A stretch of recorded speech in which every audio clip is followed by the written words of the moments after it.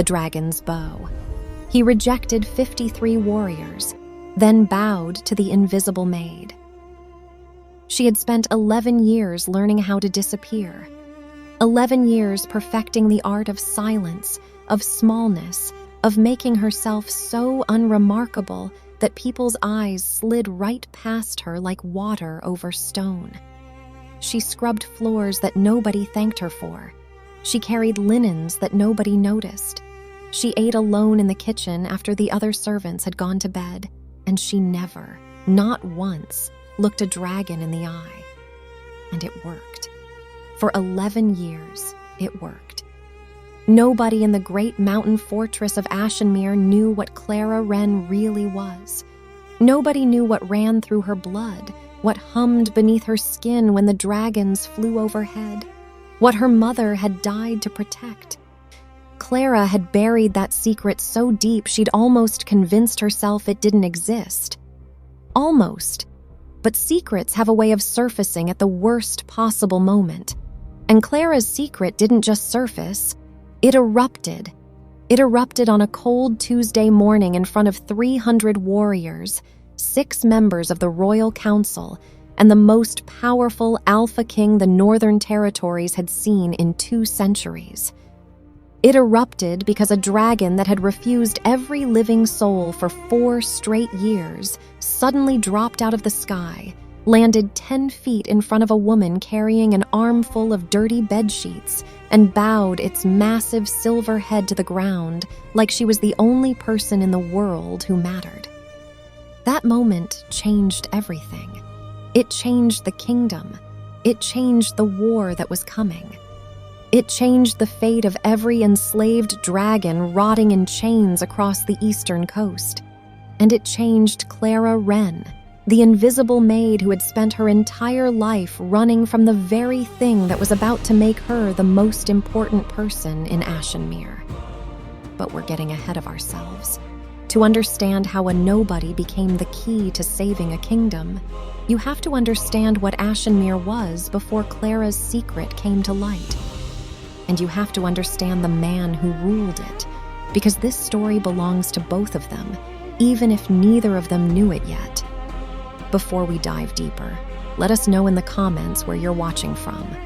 We'd love to hear from you.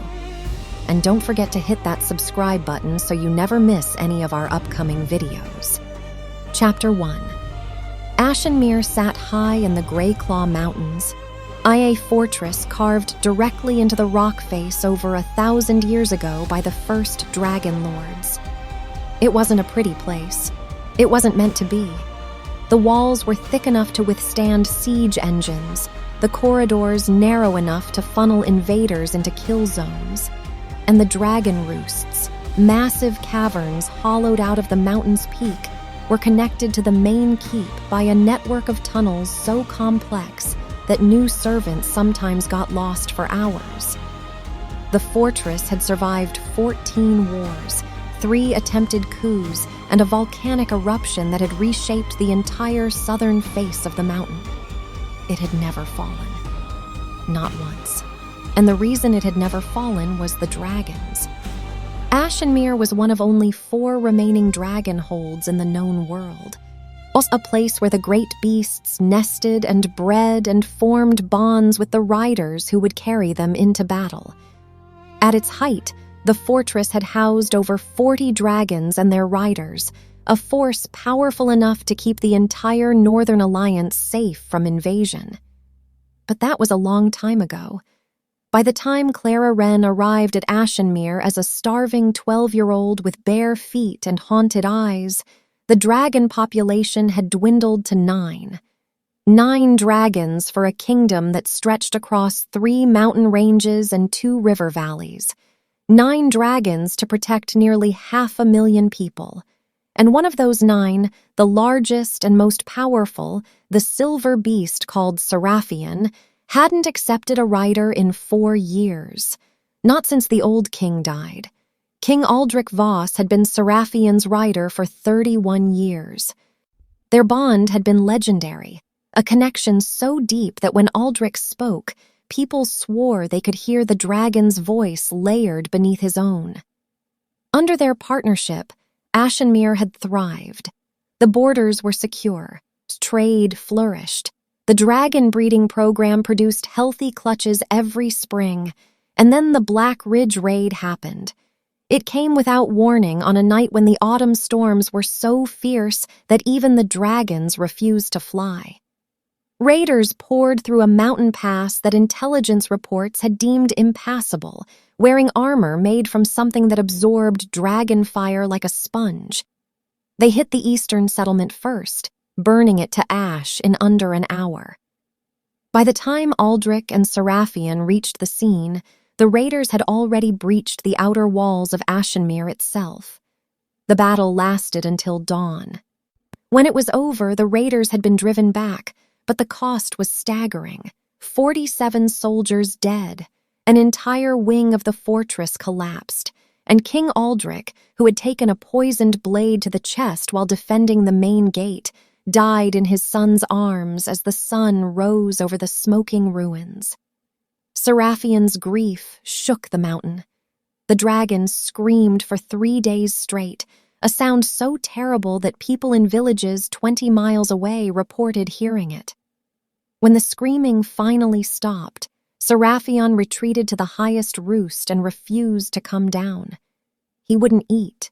He wouldn't fly. He wouldn't allow anyone within 50 feet of his ledge. The healers said he was dying of a broken bond, that without a rider, a dragon of his age and power would simply fade. They gave him 6 months. That was 4 years ago. Seraphian didn't die. He endured, but he became something else entirely. Wild, unpredictable, dangerous. He would occasionally descend from his roost to circle the fortress, screaming that awful, jagged scream before returning to his solitude. Every few months, the new king would organize a trial, bringing the kingdom's best warriors to the courtyard in hopes that one of them might earn the dragon's attention. None of them did. Seraphian would circle overhead, look down at the assembled candidates with those ancient golden eyes, and fly away without landing. 53 warriors tried. 53 warriors failed. The kingdom whispered that the silver dragon was cursed, that he would never bond again, that Ashenmere's greatest weapon was lost forever. And then there was the new king himself. Damon Voss was 29 when his father died, and he inherited a throne he'd been preparing for his entire life, but wasn't ready to occupy. Not like this. Not with the kingdom reeling from an attack that shouldn't have been possible, not with his greatest military asset refusing to cooperate, and not with his 16-year-old sister missing.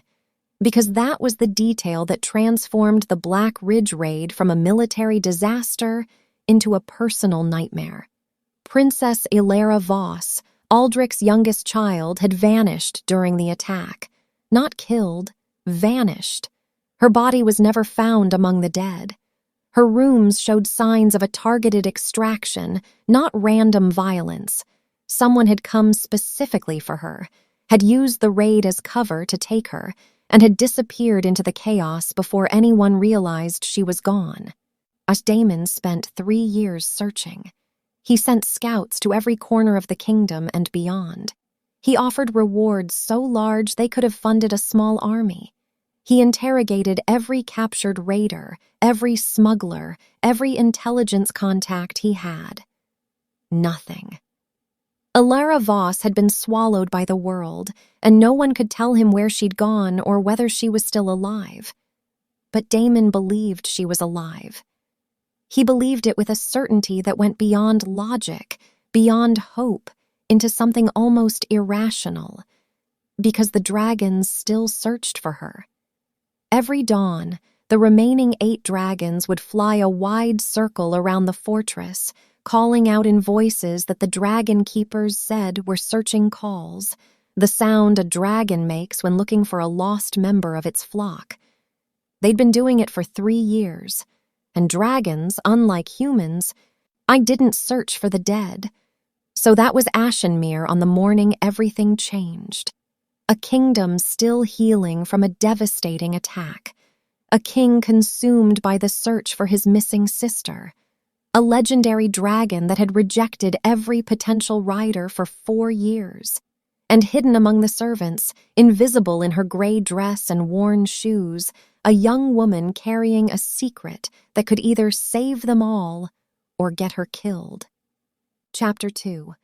Clara Wren didn't think about any of this as she hurried across the courtyard that morning. She was thinking about bed sheets. Specifically, she was thinking about the fact that Lady Margot in the East Wing had somehow managed to spill an entire decanter of red wine across her silk sheets for the 3rd time this month, and that Madame Calworth, the head of household staff, had made it very clear that if Clara didn't have those sheets in the laundry before the noon bells, the cost would come out of her wages. Again.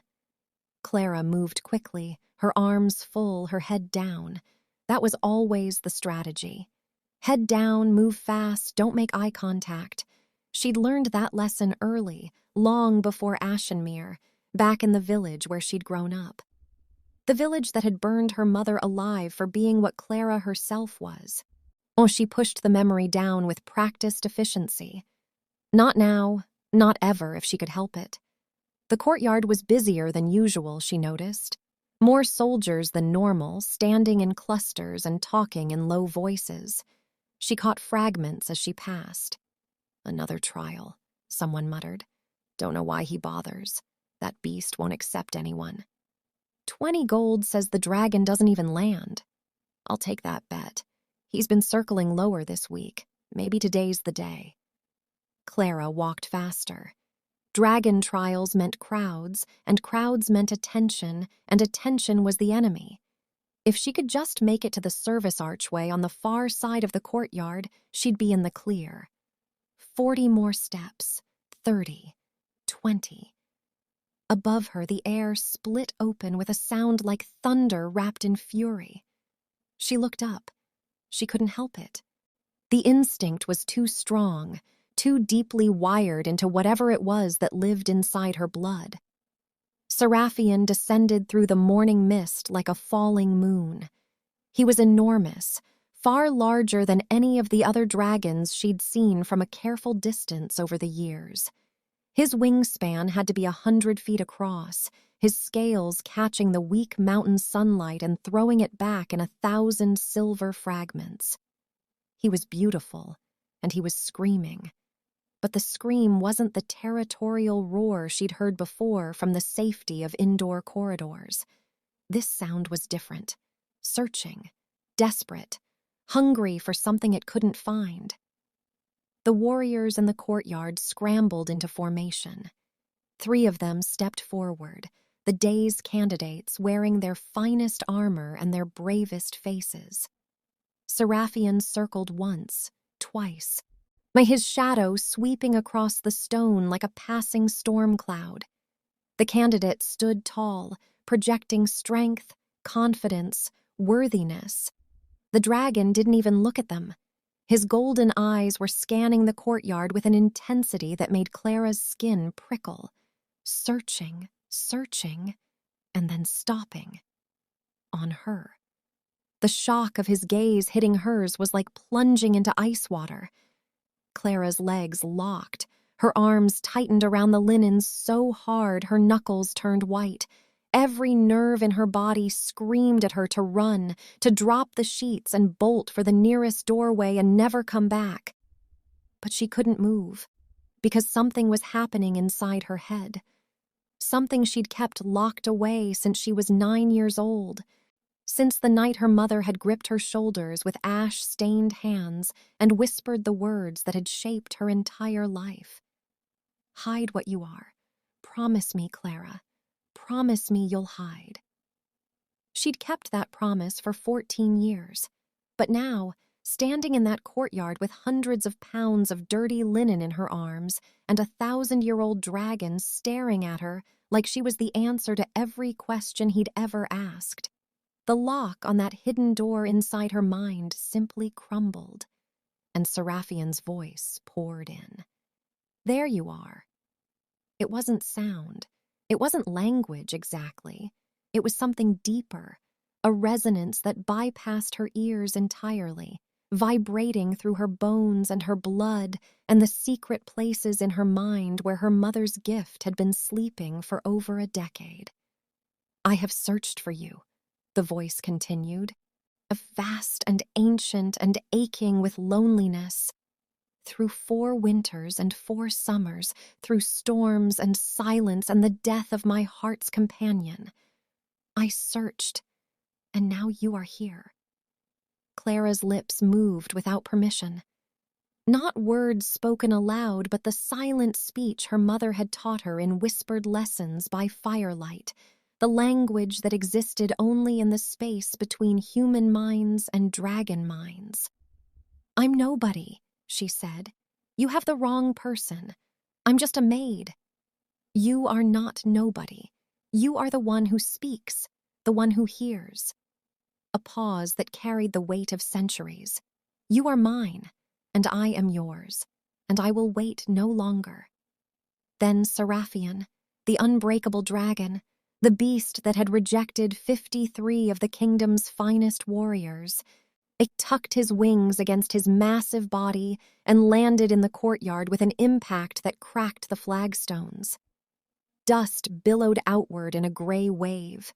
Clara stumbled but didn't fall, her eyes locked on the wall of silver scales that had materialized in front of her. The dragon lowered his head, all the way down, until his enormous jaw rested on the ground and his golden eyes were level with hers. And he bowed. The linens fell from her arms. She barely noticed. The courtyard had gone dead silent. 300 people standing in absolute, stunned stillness, watching the impossible happen right in front of them. Then the silence broke. Someone shouted, several someones. The words spread through the crowd like fire through dry grass, voices layering over each other in disbelief and outrage and wonder. The dragon bowed. To her? To the servant girl? That's impossible. She's a maid. Someone get the king. Now. Get the king now. Clara heard none of it. The world had narrowed to the presence filling her mind, warm and immense and fiercely protective, wrapping around her consciousness like a shield. "Do not be afraid, little one. I will not let them harm you. Whatever happens now, whatever comes, I am with you, and nothing in this world or any other will change that." She wanted to argue, wanted to explain that he'd just made her the most visible person in the entire kingdom, that being visible was the one thing she'd spent her whole life trying to avoid, that she'd built her entire existence around the principle of not being seen, and he'd just demolished that existence in 30 seconds. But her throat had closed up, and her eyes were stinging, and the warmth radiating from Seraphian's presence was doing something to the cold, tight knot she'd carried in her chest since the night her mother died. It was loosening it, unraveling it, and she wasn't ready for that. She wasn't ready for any of this. "Seize her!" The voice cracked across the courtyard like a whip. The crowd parted with the precision of people who knew exactly what happened when they didn't get out of this particular person's way fast enough. And through the gap strode Damon Voss, the Alpha King of Ashenmere. Clara had seen him before. Every servant in the fortress had seen him at some point, crossing the Great Hall during judgment sessions, pacing the battlements at dawn, occasionally appearing in the kitchens late at night to raid the bread stores with a casual disregard for protocol that drove Madame Colworth absolutely insane. From a distance, he was imposing. Up close, he was something else entirely. He moved like a predator, every step deliberate, every muscle controlled. His dark hair was pulled back from a face that could have been carved from the same granite as the mountain, all sharp angles and hard lines. But it was his eyes that made Clara's breath catch. They were the color of storm clouds, pale gray shot through with silver, and right now they were fixed on her with an intensity that made her want to dissolve into the flagstones. 2 guards grabbed her arms. She didn't resist. Her body had apparently decided that since her brain was busy having a complete breakdown, it would simply go limp and let whatever was happening happen. "She's just a maid, Your Majesty." One of the warriors who'd been waiting for his own trial stepped forward, his voice tight with barely concealed resentment. "A servant. There must be some kind of mistake. The dragon is confused or ill. Perhaps if we gave the actual candidates another chance to—" "There is no mistake." Damon stopped 3 paces from Clara, close enough that she could see the silver threading through his dark hair that hadn't been there a year ago. The exhaustion carved into the lines around his eyes, the way his hands were clenched at his sides as if he was physically restraining himself from something. "I watched from the tower. I saw the whole thing. The dragon didn't just acknowledge her. He spoke to her." His gray eyes bored into hers, and she answered. The denial was automatic. "I don't know what you're talking about," Clara whispered. "I didn't speak to anyone. I was just carrying sheets. I'm nobody. I clean floors and carry linens, and I've never even been near a dragon before." Your lips moved. Damon's voice was quiet, measured, but it carried across the silent courtyard like it had been designed to. After he landed, before he bowed, your lips moved, and the dragon responded. That's not coincidence, and it's not confusion. That's communication. The word hung in the air between them, heavy with implication. Someone in the crowd hissed a word that made Clara's blood freeze. "Dragonkin."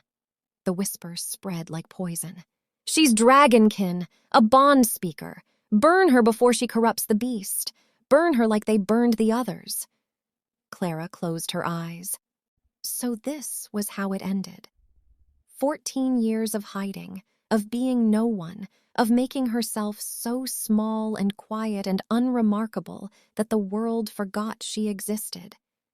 All of it undone by a single moment of weakness, by the one instinct she'd never been able to fully suppress, the instinct to answer when a dragon called. "I will burn them all before I let them touch you," Seraphian said, and she felt him shift behind her, his massive body coiling with barely contained fury. "Say the word, little one, and I will turn this courtyard to ash." "No," she answered silently, desperately. "Don't hurt them. Please, they're afraid, that's all." "Their fear does not excuse their cruelty." "Maybe not, but fire won't cure it either." "No one." Damon's voice sliced through the growing murmur of the crowd like a blade through silk. "He is burning anyone." The murmuring stopped instantly. The Alpha King didn't need to shout. He didn't need to threaten. The authority in his voice was absolute, bone deep, the kind that came not from a crown, but from a man who had proven repeatedly that his words were backed by something far more dangerous than ceremony. The next person who speaks out of turn will spend 60 days in the lower cells. The next person who threatens violence against someone under my protection will spend considerably longer. Am I understood? Silence. Total, complete, terrified silence. Damon turned back to Clara, and something in his expression shifted. The intensity was still there, the razor focus, but beneath it she caught a flash of something unexpected. Not anger, not suspicion, recognition, like he was looking at a door he'd been searching for and had finally found. "What's your name?" She shouldn't answer. Every survival instinct she possessed was screaming at her to stay silent, to give him nothing, to find some way to convince everyone that the dragon had made a mistake. But the guards were holding her arms, and the crowd was watching, and Seraphian's presence in her mind was pulsing with a protectiveness that made rational thought incredibly difficult. "Clara," she said. "Clara Wren. I don't have family, I don't have anyone." Something shifted in his face. Sympathy, maybe, or understanding. "Bring her to my study," he told the guards. "Gently. She is not a prisoner." "Your Majesty," one of the rejected warriors protested, stepping forward with his jaw set and his hand on his sword. "She could be dangerous. We don't know what she's capable of, what she might do to the dragon.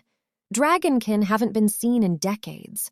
The old laws say—" "I know exactly what the old laws say."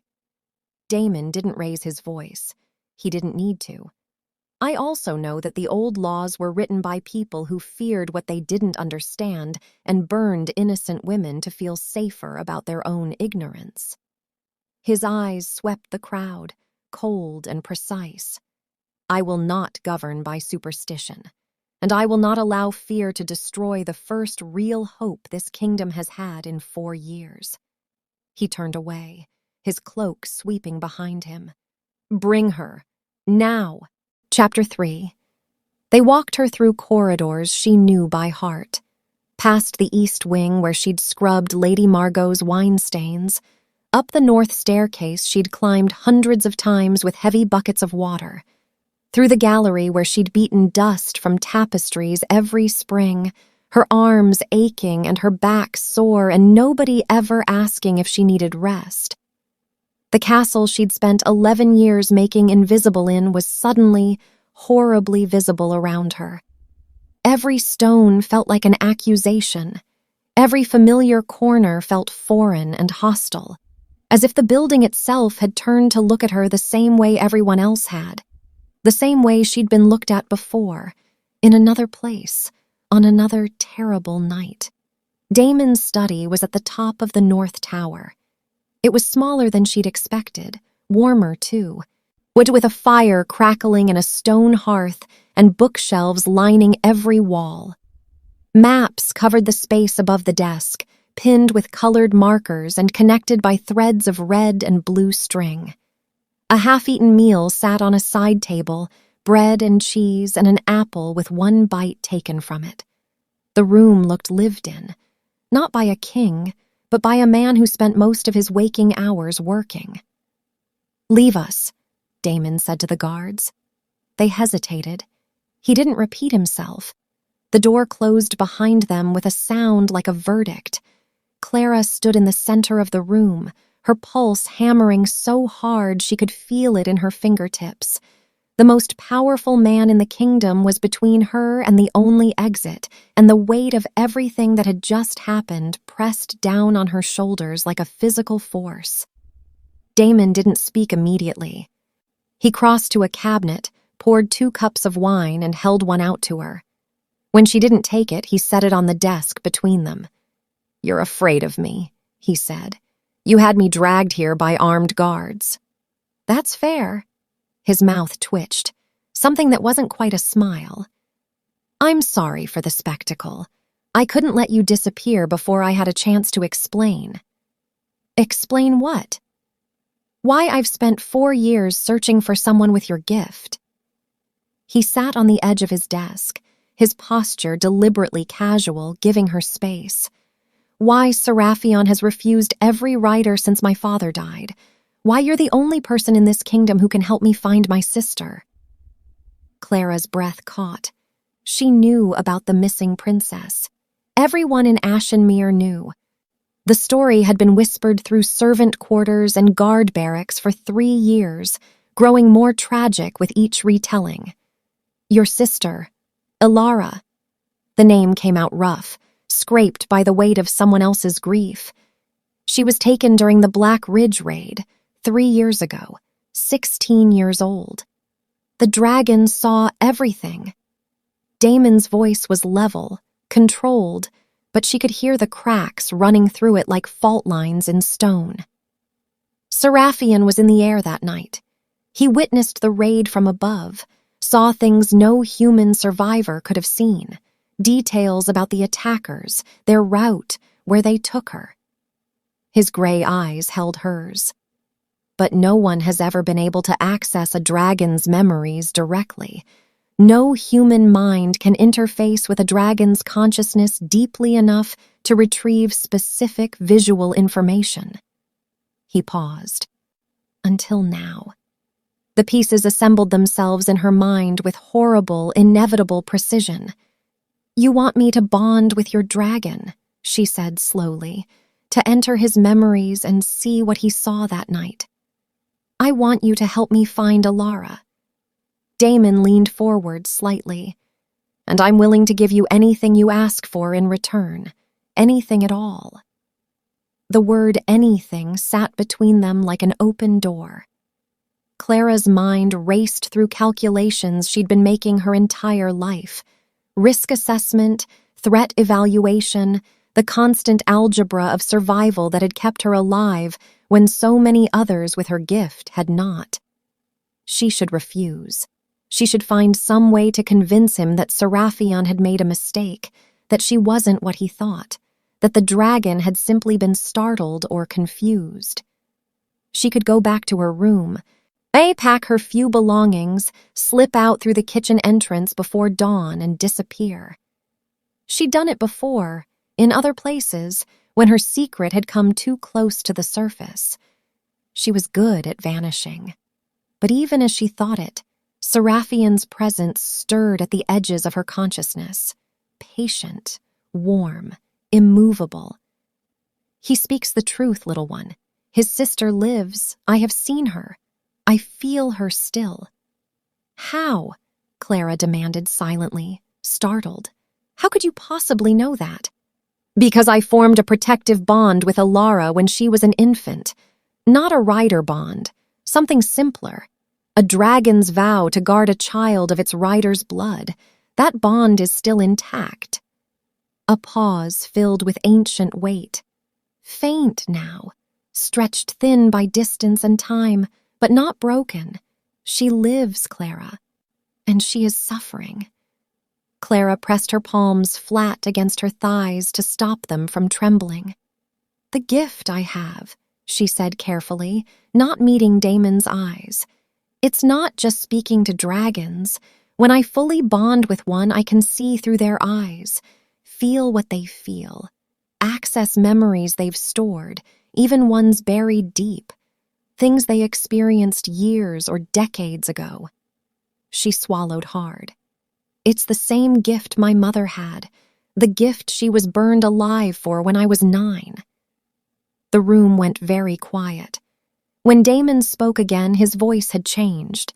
The command was still there, the authority, but layered beneath it was something softer, something human.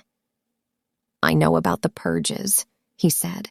"The superstition that dragonkin corrupt the beasts, that they bring catastrophe, that their gift is some form of dark magic that needs to be destroyed. I know your mother wasn't the only one who died." He paused.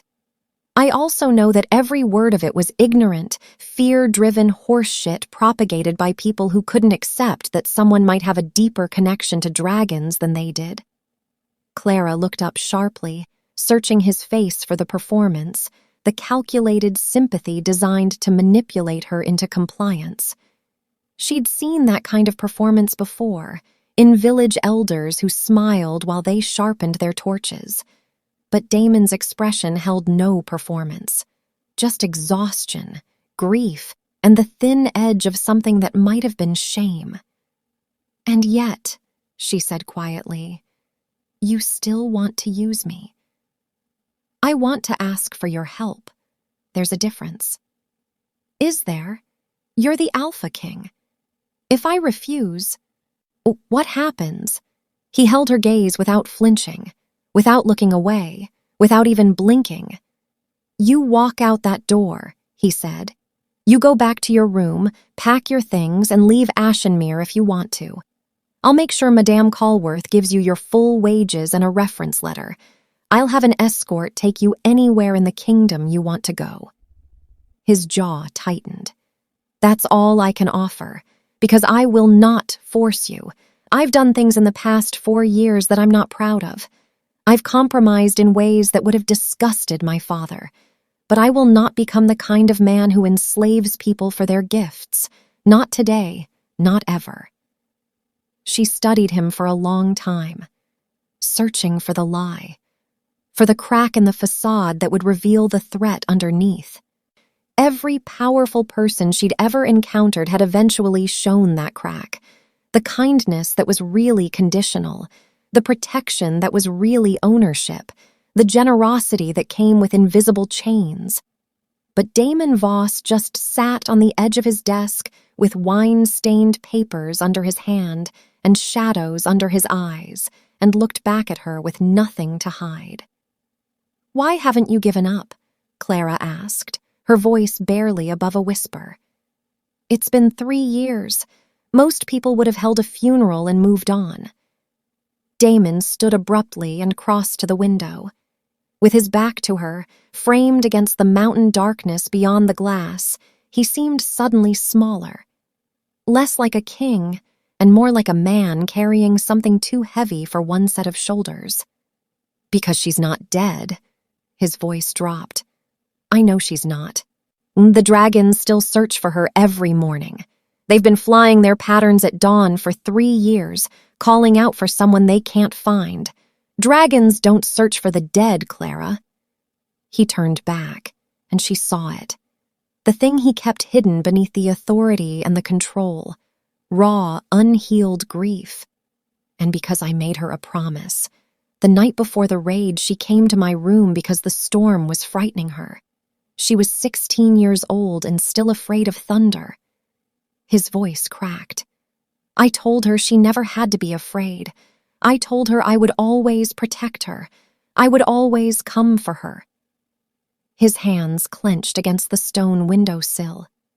"I failed that promise once. I will not fail it again." The conviction in his voice opened something inside Clara's chest that she'd sealed shut a very long time ago. She thought of her own mother, holding her close in those final moments, pressing her lips to Clara's hair while the sound of angry voices grew louder outside their door. "Hide your gift, my darling. Live your life. Be happy, and never, ever let them make you small." She'd kept 2 of those promises. She'd hidden her gift, and she'd survived. But happy? Being small? She'd been small for so long she'd forgotten what it felt like to stand at full height. 7 days, she heard herself say. Damon turned from the window. "Give me 7 days to work with Seraphian's memories. If I can find where your sister was taken, you help me disappear afterward. New name, new papers, a new life somewhere far from here where no one knows what I am. That's all you want." "That's all I've ever wanted." He studied her for a long moment. The firelight caught the silver in his hair, the lines of his face, the calculation running behind his gray eyes. Then he crossed the room, pulled a knife from his belt, and drew the blade across his palm in one clean motion. Blood welled up, dark and immediate. "I'll do better than a promise," he said. "Blood oath, sealed by magic and witnessed by the mountain itself.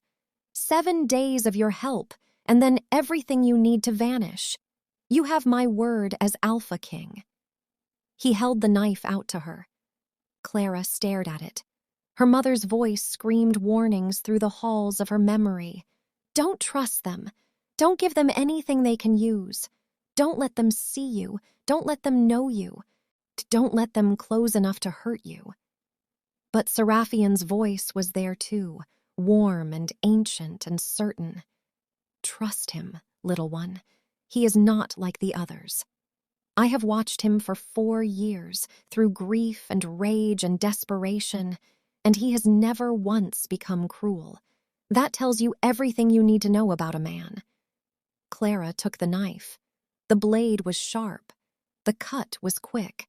A bright line of pain across her palm, blood rising like a red accusation. She pressed her hand against Damon's, his fingers closing around hers. Warm, calloused from sword work, steady as mountain stone. The oath ignited between them. She felt it. Magic that had nothing to do with her dragon gift, older, deeper, woven into the bones of the mountain itself. It sealed the promise like a brand pressed into the fabric of reality, binding, unbreakable. Oh, but beneath the oath, wrapped around it, tangled through it like thread through cloth, something else sparked to life. A recognition that shot through her bones like lightning. A connection that went deeper than magic, older than oaths, more fundamental than blood. Her vision blurred.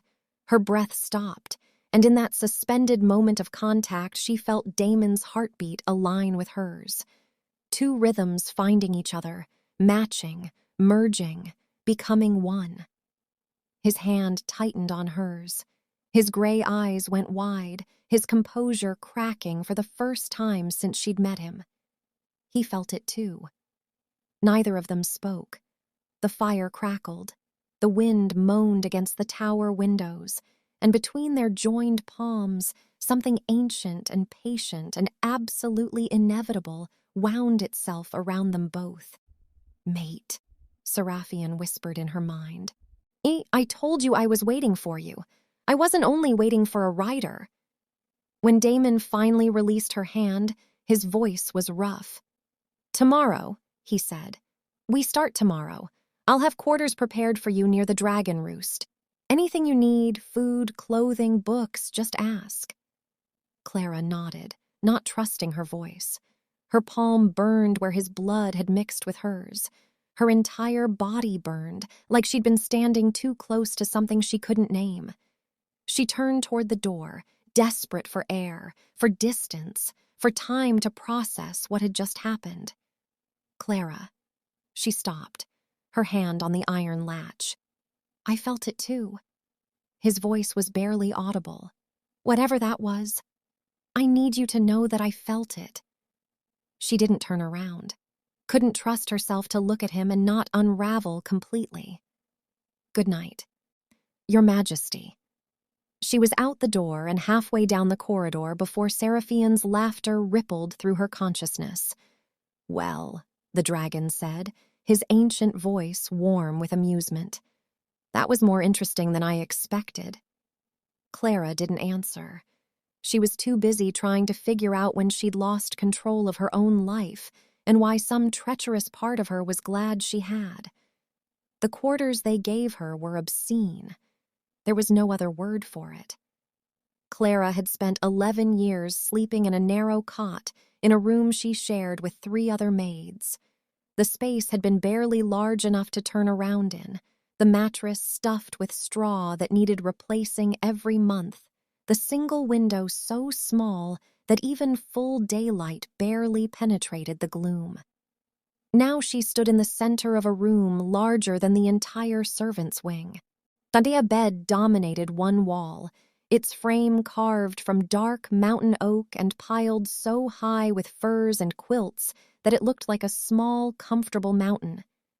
Tapestries covered the stone walls, depicting dragons in flight against sunset skies, their colors still vivid despite obvious age. A copper bathing tub sat in one corner, already filled with steaming water that smelled of pine needles and something sweeter she couldn't identify.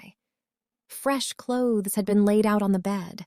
Not servant's gray, but riding leathers in deep forest green, a cream linen shirt soft enough to sleep in, and boots that looked like they might actually fit her feet instead of being 2 sizes too large and stuffed with rags at the toes. Clara stood in the center of all of it and was afraid to touch anything. "His Majesty said you're to have anything you require."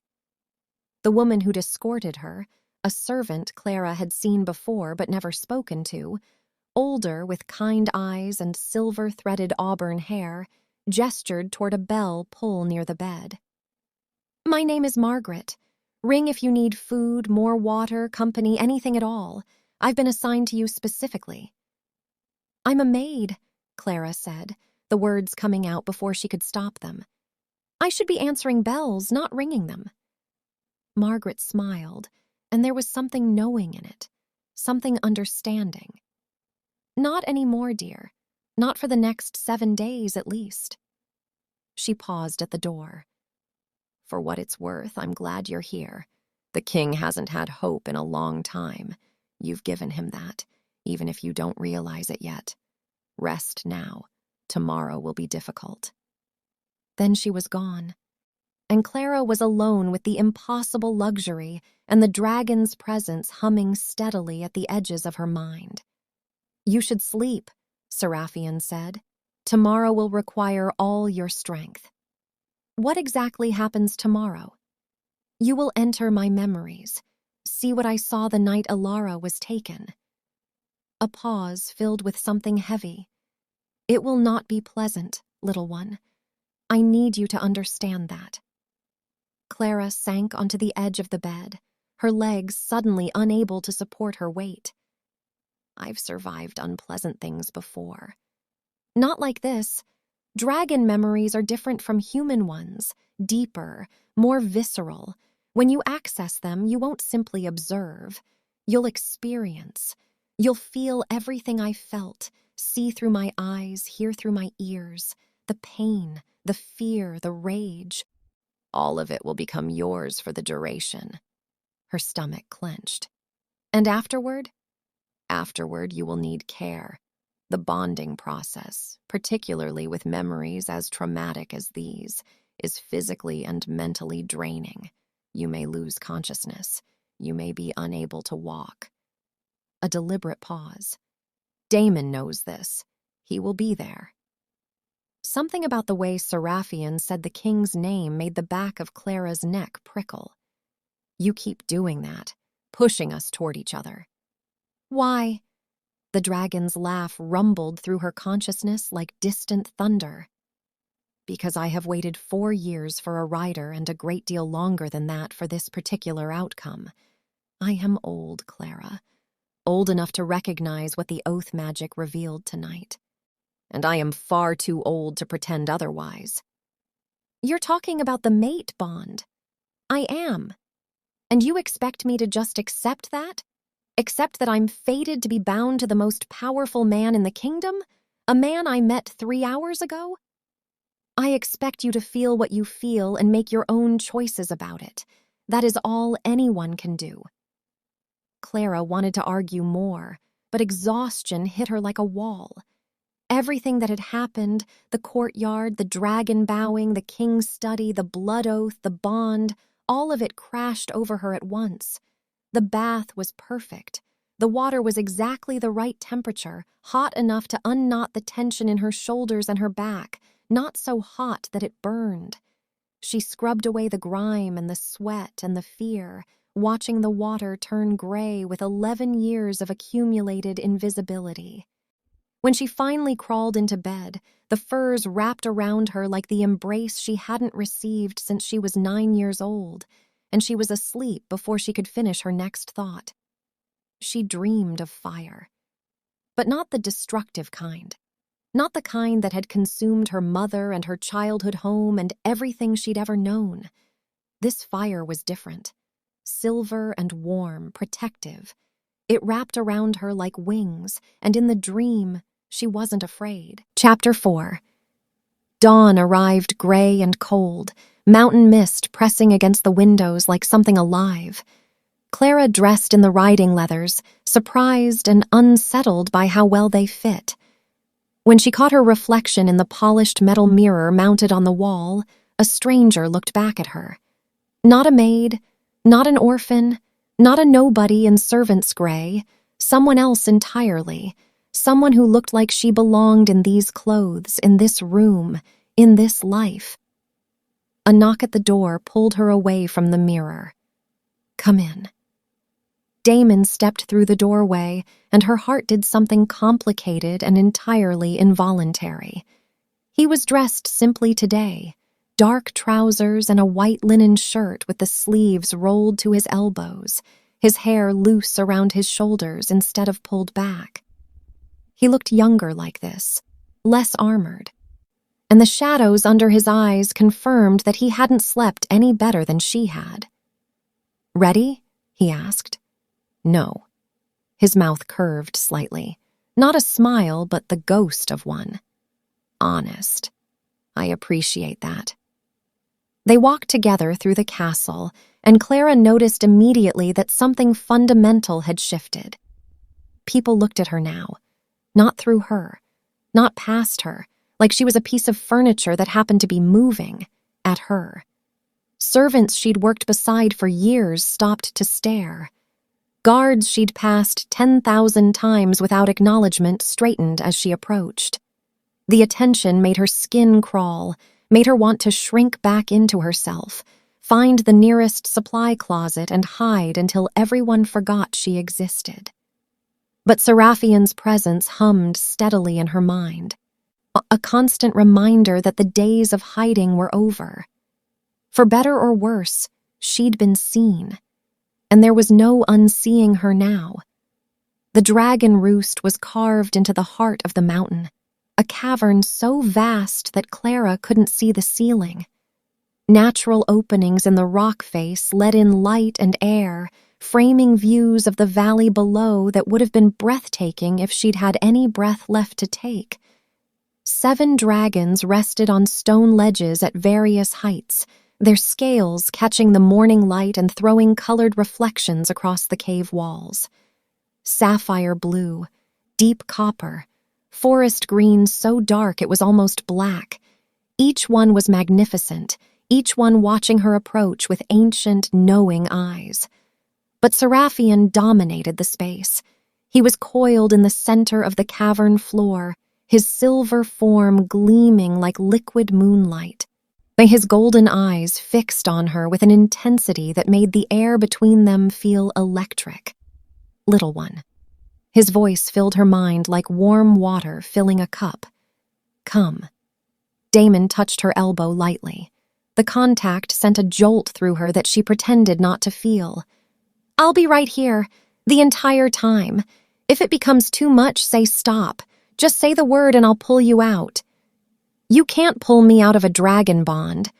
No, but I can catch you when you fall. The simple certainty in his voice made something shift inside her chest. Not the mate bond this time, something more ordinary and somehow more devastating. Trust. Clara approached Seraphian. Each step brought her closer to his massive head, closer to the golden eyes that reflected her own face back at her in miniature. Up close, she could see the individual scales, each one the size of her palm, each one a slightly different shade of silver.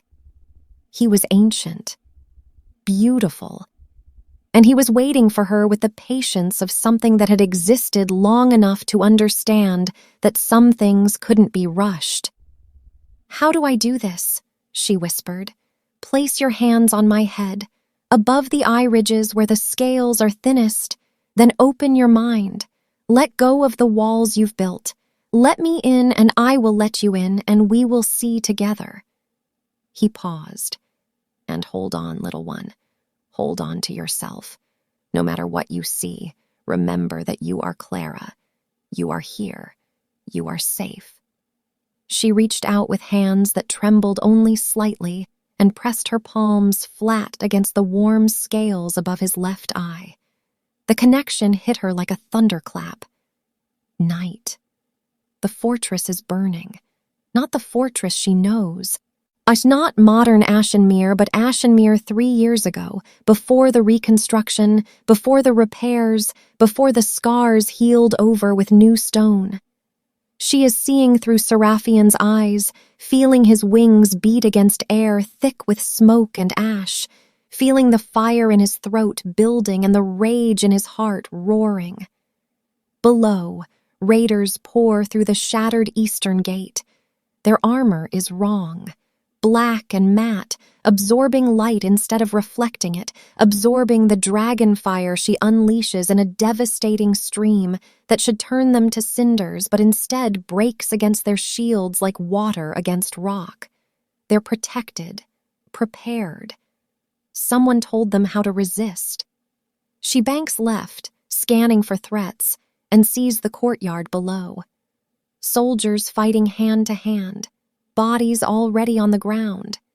And there, running across the open space with her nightgown streaming behind her, a girl, 16 years old, golden hair flying, gray eyes wide with terror. She is screaming, "Damon! Damon, where are you?"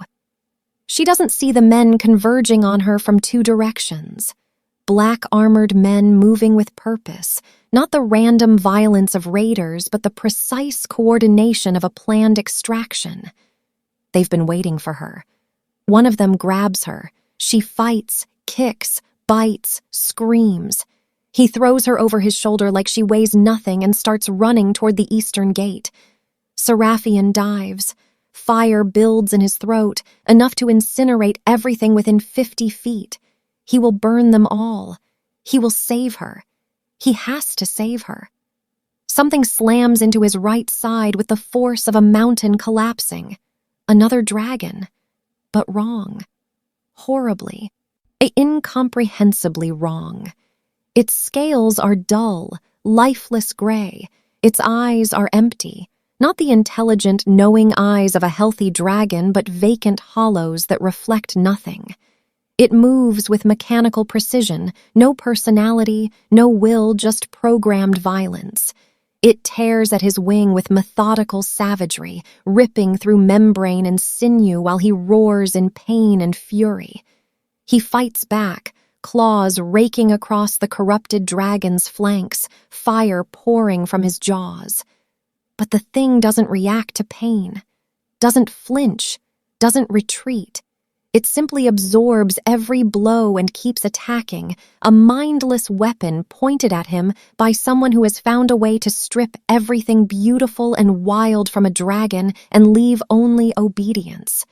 Through the agony of torn wings, through the smoke and the screaming and the chaos, he hears a voice. Cold, commanding, utterly without emotion. "Get her to the ship! Lord Harmon wants her unharmed. Everything else is expendable." Lord Harmon. The name sears itself into his memory like a brand. Clara slammed back into her own body so violently that her legs gave out beneath her. The world tilted, blurred, fragmented. She was on fire. She was falling. She was screaming and she couldn't stop, the sound torn from her throat by memories that weren't hers, but felt like they'd been carved into her bones. Arms caught her, strong arms that wrapped around her and held her against a broad chest and didn't let go. "I've got you." Damon's voice, rough with fear. "Breathe, just breathe. You're here, you're safe. Clara, look at me. Look at me." She couldn't stop shaking. The smoke was still in her lungs. The sound of Alara's screams still echoing in her ears, and beneath it all, Seraphian's grief howled through her consciousness, vast, unhealed, a wound that had been bleeding for 3 years. "Lord Harmon," she managed through chattering teeth. "That name, someone gave that order. Lord Harmon, do you know it?"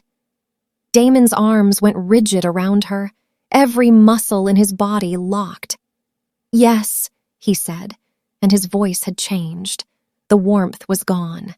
The patience was gone. What remained was something cold and ancient and utterly lethal.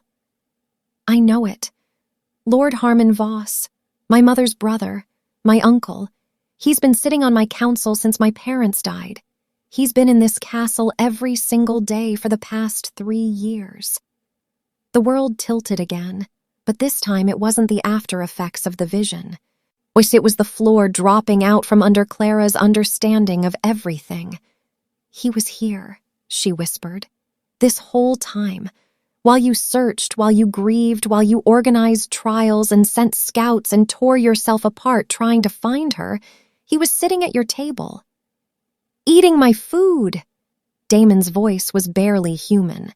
"Offering sympathy, advising patience, telling me that Alara was probably dead and that I needed to accept it and move on." His arms tightened around her, not aggressive, protective, as if he needed to hold something precious to remind himself that he was still capable of gentleness. 3 years, my own blood. Clara forced herself to focus. The vision was fading, but the details were still sharp. "The corrupted dragon," she said. "The one that attacked Seraphion during the raid. It was wrong, Damon. Empty. Like someone had taken everything that makes a dragon, the intelligence, the will, the personality, and scooped it out, left nothing but a weapon. Horror crossed his face, replacing the cold fury with something worse. That's not possible. Dragons can't be controlled. They bond freely or not at all. No force in the world can override a dragon's will. This one didn't have a will anymore. I felt it through Seraphian's memories. Clara's voice cracked. It was screaming inside. Whatever was left of its consciousness, it was trapped, aware enough to know what was being done to it, but unable to stop any of it, unable to resist. "She speaks the truth," Seraphian said, his voice rumbling through both their minds. "I fought that creature, and I have carried the memory of what I felt from it for 3 years. Dark magic, old magic. The kind that the ancient texts warn about. The kind that was supposed to have been destroyed centuries ago." Damon's jaw clenched so hard that Clara could see the muscle jumping beneath his skin. "My uncle has been sitting 10 feet from me for 3 years, eating at my table, sleeping under my roof, offering me comfort while holding my sister prisoner and torturing dragons to build himself an army." His voice shook with something that went far beyond anger. "And I let him. I trusted him. You couldn't have known. I should have." He released her gently, helping her sit against the cavern wall before standing and pacing the length of the roost. "We don't know where yet," Clara said, forcing her mind to work through the exhaustion. "I only saw fragments. The raid, the ship, the name. There's more in Seraphian's memories. But I need time to access it, and I need to recover between sessions." Damon stopped pacing. When he turned to face her, the king was back. The grief and rage still visible, but contained now, channeled into something focused and dangerous. "How much time?" "Days. Maybe the full 7. Then we use the time wisely." He crossed to her and knelt, his eyes level with hers. "But first we make sure you're safe. If Harmon has been watching, if he suspects anything, you could already be in danger." "He can't know about me. I've been invisible for 11 years. "You were invisible. Then a dragon bowed to you in front of 300 people. The statement landed like a stone in still water. He was right. Whatever anonymity she'd had was gone. If Harmon had spies in the castle, and a man who'd been planning an operation this complex for years certainly did, then he already knew about her, already knew what she represented. And if he understood even a fraction of what her gift could reveal, he would move to eliminate her. Fast. Chapter 5. The next 3 days were the hardest of Clara's life, and she had survived the kind of hardship that most people only encountered in nightmares. Each morning she entered Seraphian's memories. Each time she pushed deeper into that terrible night, following the thread of events further and further from the raid itself. She saw the ship that carried Alara away from Ashenmere, a black-hulled vessel flying no flag, crewed by men with dead eyes and mechanical movements. She followed its coastal route south and east, hugging the cliffs, navigating channels so narrow that the ship's masts nearly scraped the rock walls. She saw the fortress where they first took Alara, a stronghold carved into the coastal cliffs, its black stone towers visible only from the sea. And each time she emerged from the vision, she was shattered. The memories didn't simply play out like stories being told. They consumed her. She experienced them as Seraphian had, with a dragon's heightened senses and a dragon's depth of emotion. The grief, the rage, the guilt of failing to save the child he'd sworn to protect, all of it flooded through her and left her wrung out like wet cloth. But every time she surfaced, gasping and trembling and barely conscious, Damon was there. He never pushed, never demanded she go deeper or work faster. When she stumbled, he caught her. When she couldn't walk, he carried her. When she woke in the middle of the night from dreams of smoke and screaming, she found food outside her door, still warm with a note in his angular handwriting. Thought you might be hungry. D. Small kindnesses. The kind that cost nothing and meant everything. The kind that accumulated over days like snow on a mountainside, slowly but surely burying the walls she'd built around herself. On the fourth evening, she found him on the rooftop observation deck above the dragon roost. He was standing at the stone railing, looking out over the mountains. The sky behind him was erupting with stars, so many that the darkness between them seemed more like the exception than the rule. He didn't hear her approach, or if he did, he didn't show it. For a long moment, Clara simply watched him. The tension in his shoulders, the way his hands gripped the railing like he was holding himself together by physical force. The exhaustion written into every line of his body. He was carrying something enormous, and he'd been carrying it alone for far too long. "Can't sleep?" she asked, settling beside him at the railing. He didn't startle, just shifted slightly to make room. "I keep thinking about Harmon," he said. "All the times he's been in this castle, sitting across from me at dinner, pouring me wine, clapping me on the shoulder after council meetings and telling me that I was handling the grief well, that my father would be proud, that I should consider the possibility that Ilara was dead." His hands clenched. He once suggested I commission a memorial statue, something dignified, he said, something to give the kingdom closure. The bitterness in his voice was toxic enough to strip paint. Clara thought about her own experience with betrayal. The neighbor who'd brought fresh bread to their door every morning for years, whose children had played with Clara in the meadow behind their houses, who'd always smiled and asked after her mother's health.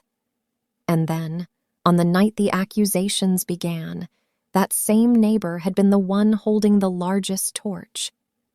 "Sometimes the betrayal is the point," Clara said quietly. "It's easier to destroy someone from the inside. You can't guard against a threat you think is family." Damon looked at her, and in the starlight his gray eyes turned silver. "You sound like someone who understands." "I do." They stood in silence for a while. The dragons below them shifted and murmured in their sleep, their sounds carrying upward through the stone. Then Damon unclasped his outer coat and draped it across Clara's shoulders. The fabric was heavy, lined with something soft and warm from his body. It smelled like pine and leather and something underneath that was simply him. "You'll freeze," she said. "Wolf blood." He smiled slightly. "Alpha heritage. I run hot enough that the cold barely registers." She pulled the coat tighter anyway, her heart doing something she'd long since lost the ability to name. They stood close enough that their arms almost touched, close enough that Clara could feel the heat radiating from him despite the mountain wind cutting across the observation deck. "Can I ask you something?" she said. Damon nodded. "The bond." She made herself say it. The thing that had been hovering between them like a held breath since that first night. "The mate bond. You've barely mentioned it." His expression shuddered slightly, not closing down but bracing. "Because it doesn't matter." "How can you say that?" "Because I made you a promise." He turned to face her, and the fierceness in his eyes caught her off guard. 7 days and then you're free. The bond doesn't change that. I won't use it to keep you here. I won't let it become another thing that takes your choices away." Clara's throat tightened. He meant it. She could see that he meant it, not just in his words, but in everything. In the careful distance he maintained when he could have closed it. In the way he always asked before touching her, even something as simple as a hand on her arm. In the food left outside her door with notes instead of delivered in person, because even bringing her a meal could have felt like pressure if done wrong. He was trying so hard to give her space that he was practically pulling himself apart. "And if I don't want to leave?" The words escaped before she could catch them. They hung in the cold air between them, visible as breath. Damon went very still. "What?" "I said," her voice shook and she let it, "these past 4 days, you haven't treated me like a tool, like something to be used up and discarded when its purpose is served. You've been patient, kind. You carry me when I can't walk, and you leave me food when I'm too exhausted to eat, and you look at me like—" She faltered. "Like what?" His voice was rough, scraped raw. "Like I'm a person, not a gift, not a resource, not a weapon to be aimed at your problems, just a person." Damon moved closer, not fast, not aggressive, slow and deliberate, giving her every opportunity to step back. He raised his hand and cupped her cheek, his palm warm against her cold skin. "You are a person," he said, and the words sounded like they were being pulled from somewhere very deep. "You are the most remarkable person I've ever met, and you matter more than you should after 4 days, more than I have any right to want." His thumb traced along her cheekbone. "But I need you to understand something, Clara. If you stay, it has to be because you choose to. Not because of the bond, not because of obligation, not because you feel sorry for me or think you owe me something, because you want this, want me." She couldn't breathe. The space between them was charged, electric. "And if I'm scared, then I'll wait." He leaned closer, his forehead nearly touching hers. "I'll wait as long as you need. I'll prove every single day that I'm worth the risk. Just don't run from this. Not yet. Give me a chance to earn you." Nobody had ever asked to earn her before. Nobody had ever looked at her like she was something precious instead of something dangerous. Nobody had ever stood in front of her with their heart cracked open and asked permission to hope. Clara closed the distance between them and kissed him. Damon made a sound against her mouth. Low, broken, the sound of a drowning man finding air. His hand slid from her cheek into her hair, his other arm wrapping around her waist and pulling her against him. He kissed her like she was the answer to a question he'd been asking for years, desperate and reverent and disbelieving all at once. When they finally broke apart, both breathless, he cradled her face in his hands. "I'm going to need you to do that again," he murmured, "just to confirm I didn't imagine it." She laughed. The sound surprised her. She couldn't remember the last time she'd laughed like that, unguarded and genuine. "You're ridiculous." "Probably." He kissed her again. A softer this time, slower. Like he had all the time in the world and intended to use every second of it. "But you like me anyway. I must be losing my mind." "That makes 2 of us." His arms tightened around her. Matching symptoms. They stayed on the rooftop until the cold finally drove them inside, hands intertwined, something fragile and new growing between them. At her door, Damon kissed her forehead with a tenderness that made her eyes burn. "Tomorrow," he said, "more memories. But tonight, rest. Try to dream of something good for once." "I don't think I remember how." "Then dream about me." His smile was crooked, almost shy. "I promise I'll make it worth the effort." He left before she could respond, disappearing down the corridor with long strides that were slightly less steady than his usual purposeful walk. Clara leaned against her closed door, touching her lips, and wondered when exactly her simple, clean plan for escape had gotten so hopelessly, irreversibly complicated. Chapter 6. The 5th morning brought the worst vision yet. Clara settled her hands against Seraphian's scales, fully expecting more fragments, more pieces of the puzzle to slot into place. What she got was something exponentially worse. The vision plunged her forward in time, past the raid, past the ship, past the initial imprisonment, into a place that made every other horror she'd experienced feel manageable by comparison. A laboratory, carved into black volcanic rock, deep underground. The air was thick with something chemical and wrong. Glass containers lined the walls from floor to ceiling, and inside them were dragons. Not whole dragons, pieces. Scales floating in amber liquid, their iridescent surfaces still catching light despite being severed from living bodies. Eyes preserved in sealed jars, still open, eyes still seeming to track movement. Hearts. Dragon hearts, each one the size of a human head, suspended in humming containers that pulsed with dark energy. And the hearts were still beating. The steady, rhythmic contraction of organs that should have been dead but were being kept artificially alive by machines she couldn't comprehend. Tubes ran from the containers to a central apparatus, a twisted construction of metal and crystal that thrummed with stolen life force.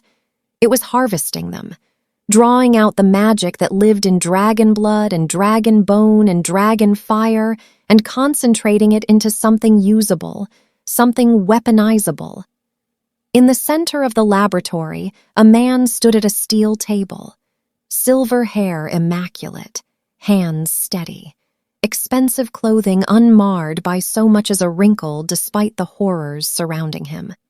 Lord Harmon Voss worked with the focused precision of a craftsman. His face showed no revulsion, no hesitation, no recognition that the materials spread before him had once been living, thinking, feeling beings. A man in healer's robes hovered nearby, his face pale and sweating.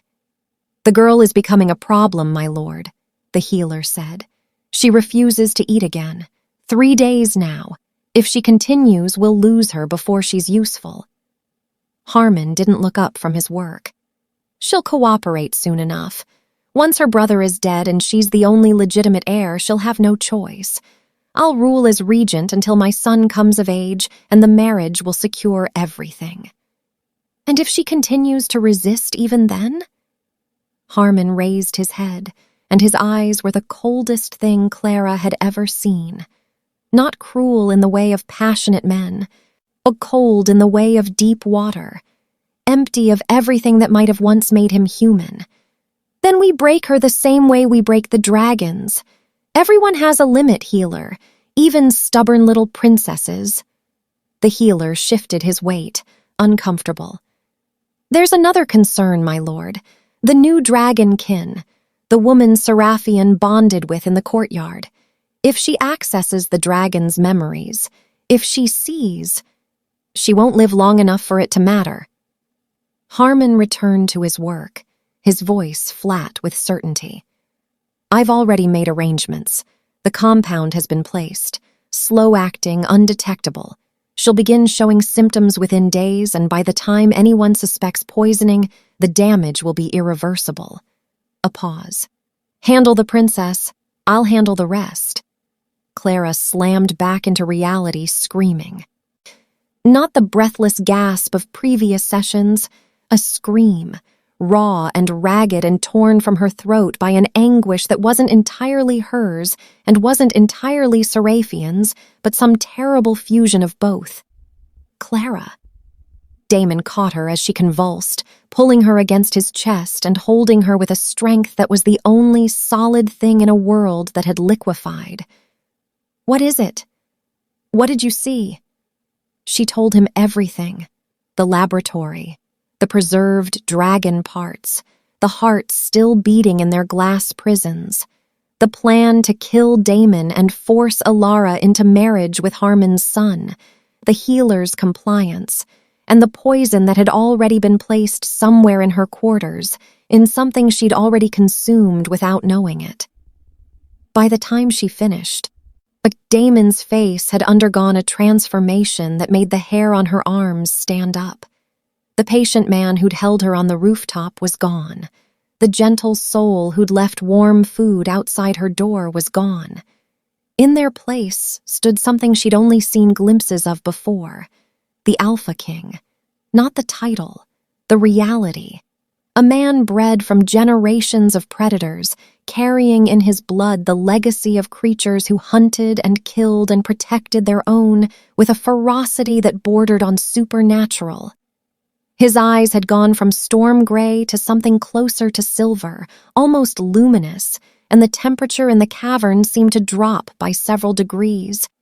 "Marcus!" he called, his voice carrying through the roost with an authority that seemed to vibrate in the stone itself. A warrior materialized at the cavern entrance within seconds, with his hand already on his sword. "Seal the fortress, completely. Every gate, every passage, every bolt hole. No one enters or leaves without my direct authorization. Then bring me every item of food, drink, and anything else that has been delivered to Clara's quarters since she was moved there. Everything, down to the last crumb. Your Majesty." Now. The warrior vanished. The poison was in the honey. Marcus's investigation confirmed it within hours. A slow-acting compound mixed into the jar of mountain honey delivered to Clara's quarters on her very first night. She'd used it twice, stirring a spoonful into her evening tea because the blend Madame Colworth stocked was aggressively bitter without sweetening. Twice. 2 cups of tea out of what could have been dozens over 7 days. The only reason she wasn't already showing symptoms was that she'd always preferred things less sweet than most people, a matter of taste that had very literally saved her life. "The servant who delivered the honey has disappeared," Marcus reported, his weathered face tight with controlled fury. "But we found evidence in her quarters, payments from an unnamed source routed through 3 different merchants, instructions written in a cipher that our intelligence section has encountered before." "Harmon's cipher," Damon said flatly. Clara sat by the fire in Damon's study, wrapped in furs despite the warmth radiating from the hearth. "How long do we have?" Damon asked. "Before Harmon realizes his plan has failed?" "Days," Marcus said. "At most. A man with resources like his will have secondary observers. When his primary agent vanished, well, he would have activated contingencies. We have to assume he already knows something went wrong." "Then we move tonight." Clara's head came up sharply. "Tonight? We don't have a complete picture yet. I've identified the general area from Seraphian's memories, but the exact location... We know it's on the eastern coast. We know it's built into the cliffs. We know his son is there." Damon's eyes found hers. "And Seraphian can track the corrupted dragons. Can't you?" "I can," Seraphian confirmed, his voice filling both their minds. "The corruption those enslaved dragons carry leaves a trace in the magical fabric of the world, a wound that never heals. I have felt it for years, a wrongness pulling at the edges of my consciousness like a splinter that cannot be removed. I can follow it. I can find them." "How many warriors?" Marcus asked. Already calculating. 20, handpicked. People you would trust with your life, my life, and hers." Damon nodded toward Clara. "Because if any of them are compromised, we're walking into a trap instead of springing one." "And if you're wrong?" Clara asked quietly. Damon crossed to where she sat and knelt, putting himself at her eye level. "Then I will personally burn his fortress to the ground with everyone in it who participated in what he's done," he said. "But I'm not wrong. I've spent 3 years being patient, being careful, playing a political game with a man who was cheating the entire time. That game ends tonight." He took her hands in his. "But first we make sure you're safe." His voice cracked slightly. "Clara, I just found you. I can't..." He stopped, swallowed. "Let me protect you. Just this once." The vulnerability in his eyes broke something open in her chest. "Okay," she whispered, "but then we plan. And when we move against Harmon, I'm coming with you." "Clara, she's your sister, but those dragons are my kin. Her voice hardened with a fury she'd been suppressing since the vision. What he's doing to them, keeping their hearts alive, harvesting their magic, enslaving their minds. I will not hide somewhere safe while he continues to butcher them. Damon studied her face for a long time, reading her, measuring her, and finally, slowly, he nodded. Together, then. Together. Chapter 7. They flew out under cover of darkness. Clara rode behind Damon on Seraphian's back, her arms wrapped around his waist, the wind cutting through her leather armor like cold blades. Behind them, the kingdom's 7 remaining dragons carried warriors in pairs, their wing beats synchronized, their flight paths carefully calculated to avoid detection. "Southeast," Seraphian directed, his voice steady despite the tension thrumming through the bond. "The corruption grows stronger. We are on the right path." They flew for hours. The landscape below shifted from mountain peaks to dense forest to rolling hills to the dark shimmer of the ocean, reflecting starlight like hammered metal. Clara pressed her face against Damon's back, drawing warmth from him, drawing strength. His heartbeat was steady under her cheek, and she found herself matching her breathing to his rhythm. Finally, as the first gray light of dawn began to bleed across the eastern horizon, she saw it. A fortress carved into coastal cliffs, its black stone towers reaching toward the sky. The structure was massive, extending both above and below the cliff line, carved directly into the volcanic rock. Smoke rose from vents in the cliff face, acrid and chemical, and even from this height, she could feel the wrongness emanating from the place like heat from a forge. "Marcus, take half the warriors around to the eastern approach," Damon said. "There are sea caves at the base of the cliff. They'll provide a secondary entry point. And our signal? When you hear Seraphian's roar, you come in, hard and fast, don't stop for anything. And if there's no roar..." Damon was quiet for a moment. "Then burn everything that isn't my sister." They descended toward a narrow stone ledge on the western face of the cliff. Damon dismounted first, then reached up for Clara. His hands found her waist and lifted her down with a care that seemed almost absurd given what they were about to do. "Last chance," he said quietly. "You can stay with Seraphian. He'll protect you until it's over." "Not a chance." His fierce, sharp smile appeared and vanished in less than a second. "Then stay behind me, and if I tell you to run, you run." "I'm not going to..." "Clara." His eyes locked on hers. "If something goes wrong in there, if I can't protect you, run. Not for me, not for Ilara, for yourself." She reached up and kissed him, hard and brief. Not the tender exploration of the rooftop, a promise. "Nothing is going to go wrong," she said. And if it does, we'll handle it together." He looked at her for one more heartbeat. Then he turned, and they moved into the fortress. The tunnels were carved from the same black volcanic stone as the exterior, rough and unfinished. The air was close, heavy with the chemical smell she'd caught from outside, and beneath it, something organic and wrong. The faint, sweet decay of living things being kept artificially alive past their natural time.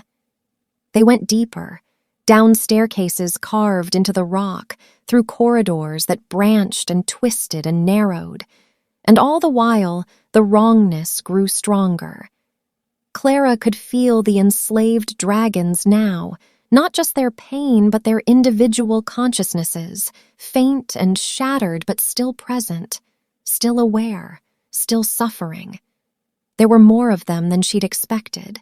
"Oi, Seraphian," she called silently. "How many?" "I feel 9, perhaps more. Their minds are so fragmented that distinguishing individuals is difficult." 9 enslaved dragons. 9 beings stripped of their will and their freedom and their selves, turned into weapons and power sources by a man who saw living, breathing, thinking creatures as nothing more than raw material. Then they rounded a corner, and Clara stopped breathing. The laboratory was exactly as she'd seen it in the vision. Worse, actually, because the vision had been filtered through Seraphian's memories, experienced at one remove. Standing here in person, the full horror of it hit her with the force of a physical blow. The glass containers lining the walls, the preserved organs, the hearts still beating in their humming prisons. And in the center of the room, chained to a stone platform with iron shackles that glowed with dark runes, was a dragon. It might have been bronze once. Its scales held the ghost of that warm, burnished color, buried under layers of dullness and neglect. Its eyes were open but empty, its wings hanging at broken angles, its massive body connected to the central apparatus by dozens of tubes that pulsed with stolen life. The machine was draining it. Slowly, methodically, taking its magic, its vitality, its very essence.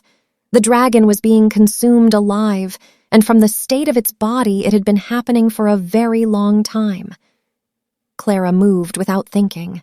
She crossed the laboratory, barely aware of Damon's voice calling her name behind her. She reached the dragon and pressed her hands against its snout. The mind she touched was shattered. Not simply damaged or suppressed, but broken into fragments, personality and memory and identity scattered like pieces of dropped glass. But beneath the devastation, something still flickered. A spark. Tiny, guttering, barely there. The last remnant of who this dragon had been before Harmon Voss got his hands on it. "Help," it whispered. "Please, make it stop. Make it stop. Make it stop. Make it stop." "I'm here," Clara said aloud, her voice breaking. "I'm going to help you. Just hold on." How touching. The voice came from the far end of the laboratory. Lord Harmon Voss stepped from the shadows with the casual elegance of a man entering his own parlor. His silver hair was perfect. His clothing was immaculate. His expression held the mild, pleasant interest of someone observing a moderately amusing theatrical performance. Behind him, a young man with his father's cold eyes watched with the careful blankness of someone who'd learned long ago that showing emotion in his father's presence was a dangerous mistake. "Uncle," Damon said. The single word contained more controlled fury than Clara had ever heard compressed into 2 syllables. "Nephew." Harmon smiled a perfectly calibrated smile, warm enough to be pleasant, cold enough to convey that the warmth was entirely optional. "I must say, I didn't expect you quite so soon." 3 years, Damon said, his voice flat. "You've been sitting across from me at dinner for 3 years. 4, technically. The planning began before the raid itself. Your father was already suspicious, which is why the timeline had to be accelerated." Harmon clasped his hands behind his back, with the ease of a man who had rehearsed this conversation in his mind many times. Aldrich was many things, most of them admirable, but he had a troubling tendency to poke around in matters that didn't concern him. "You killed my father." "The raiders killed your father. I simply ensured they knew which gate would be undermanned and which pass would be unguarded." His tone was the same one he might have used to discuss weather patterns. "Politics, Damon. Messy, unfortunate, but necessary." Clara's hands were still on the chained dragon's snout. "They're not resources," she said. "They're living beings. Intelligent, emotional, sentient beings." "And you've been butchering them for parts." Harmon's gaze settled on her with the dispassionate interest of a collector examining a new specimen. "You must be the dragonkin. Clara Wren, I believe. Maid, 3rd class. 11 years of service with not a single remarkable notation in your file." He tilted his head. "Your mother must have been exceptionally skilled to teach you that kind of control before she died." The casual mention of her mother's death made Clara's vision go red at the edges. Damon stepped forward, positioning himself between Clara and his uncle. "Where is Alara?" he said. "Safe. That word means something very different to you than it does to me." "She's alive. She's unharmed." Harmon's smile didn't waver. "When you're dead, and she's the only legitimate heir, she'll come to understand the necessity of cooperation." "You're insane," Clara said. "I'm practical," Harmon corrected. "Do you have any idea how much power is contained in a single dragon? Their hearts are essentially perpetual energy sources. Each one generates enough magical output to power an entire fleet of war machines." He looked at the chained bronze dragon the way a farmer might look at livestock. The old dragon lords were fools. They sat on the greatest resource in the natural world and chose to treat it as a pet. "You're a monster," Clara whispered. "I'm the future, Miss Wren, a future in which dragons serve humanity's needs." His tone shifted, becoming brisk and businesslike. "You've seen my work. You understand its scope, and you must understand that I can't allow either of you to leave this facility. So let's dispense with the drama and discuss terms." "There are no terms," Damon said, and attacked. He moved with a speed that was more than human, crossing the distance between them in a blur of motion. But Harmon was prepared. The silver-haired lord raised his hand and the runes on the walls blazed to life. Dark energy crackled through the air, forming a barrier that caught Damon mid-stride and threw him backward. He hit a stone pillar hard enough to crack it and went down. More guards flooded the laboratory from hidden entrances, filling every visible exit. Victor Voss drew his sword and positioned himself between his father and the door. And from somewhere deep within the fortress, Clara felt something terrible stirring. The enslaved dragons, waking up, being activated, turning their hollow, empty eyes toward a new target. "Damon!" Clara screamed as he struggled to his feet, blood running from a cut on his forehead. "The dragons! He's activating them. I can feel them moving." Clara's answer to Harmon's threat was not directed at him. Instead, she closed her eyes, opened her mind as wide as it would go, and threw her consciousness outward toward the enslaved ones. All of them, the 9 broken minds trapped in the bowels of this terrible place, their wills crushed, their personalities erased, their magnificent selves reduced to nothing but pain and obedience. She found them. 9 sparks in the darkness. 9 flickering remnants of consciousness buried under layers of magical conditioning so thick and so cruel that merely touching it made her want to scream. They were being commanded to attack. She could feel the orders pressing into their shattered minds like hot iron. Rise, kill, burn, obey. She reached into those 9 broken minds and she said, simply, clearly, with everything she had, "You are not his. You never were. You are dragons, free, wild, sovereign, and I am here to remind you of what you are." The conditioning stuttered. The commands pressing into those shattered minds met resistance where there had been none before. Clara's voice, amplified by her bond with Seraphian, amplified by the mate bond with Damon, amplified by 14 years of suppressed power finally being unleashed, cut through Harmon's dark magic like sunlight through fog, not destroying it, not yet, but weakening it, creating cracks, creating space for something other than obedience. Harmon felt it. She could see it in the sudden tightening of his expression, the first crack in his composure. "Stop her!" he snapped at the guards. "Stop her now!" 2 guards rushed toward Clara. Damon intercepted them, and this time, he didn't hold back. The shift was instantaneous and total. Where a man had been standing, a massive wolf erupted into existence, silver-black fur rippling over muscle, jaws wide, eyes blazing with the cold fire of an alpha in full protective fury. He tore through the guards like they were made of paper, all fang and claw and controlled devastation. More guards poured in. Damon met them head-on, a one-wolf army fighting with the precision of a trained soldier and the raw power of something that had been apex predator for millennia. And while he fought, Clara worked. She pushed deeper into the enslaved dragons' minds, finding each spark of remaining consciousness and feeding it.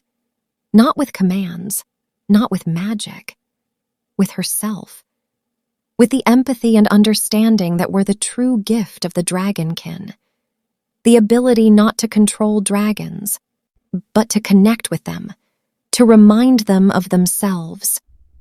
"You had a name," she said to the bronze dragon chained beside her, "before he took it from you.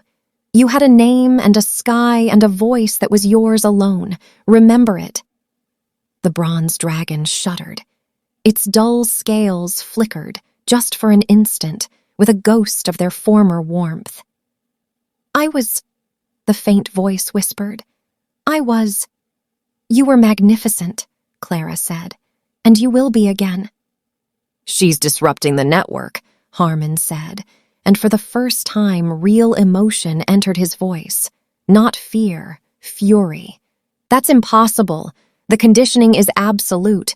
No single dragonkin has the power to—" "She's not a single dragonkin," Seraphian's voice thundered through the cavern, and the wall behind Harmon exploded inward as the silver dragon crashed through solid rock like it was wet sand.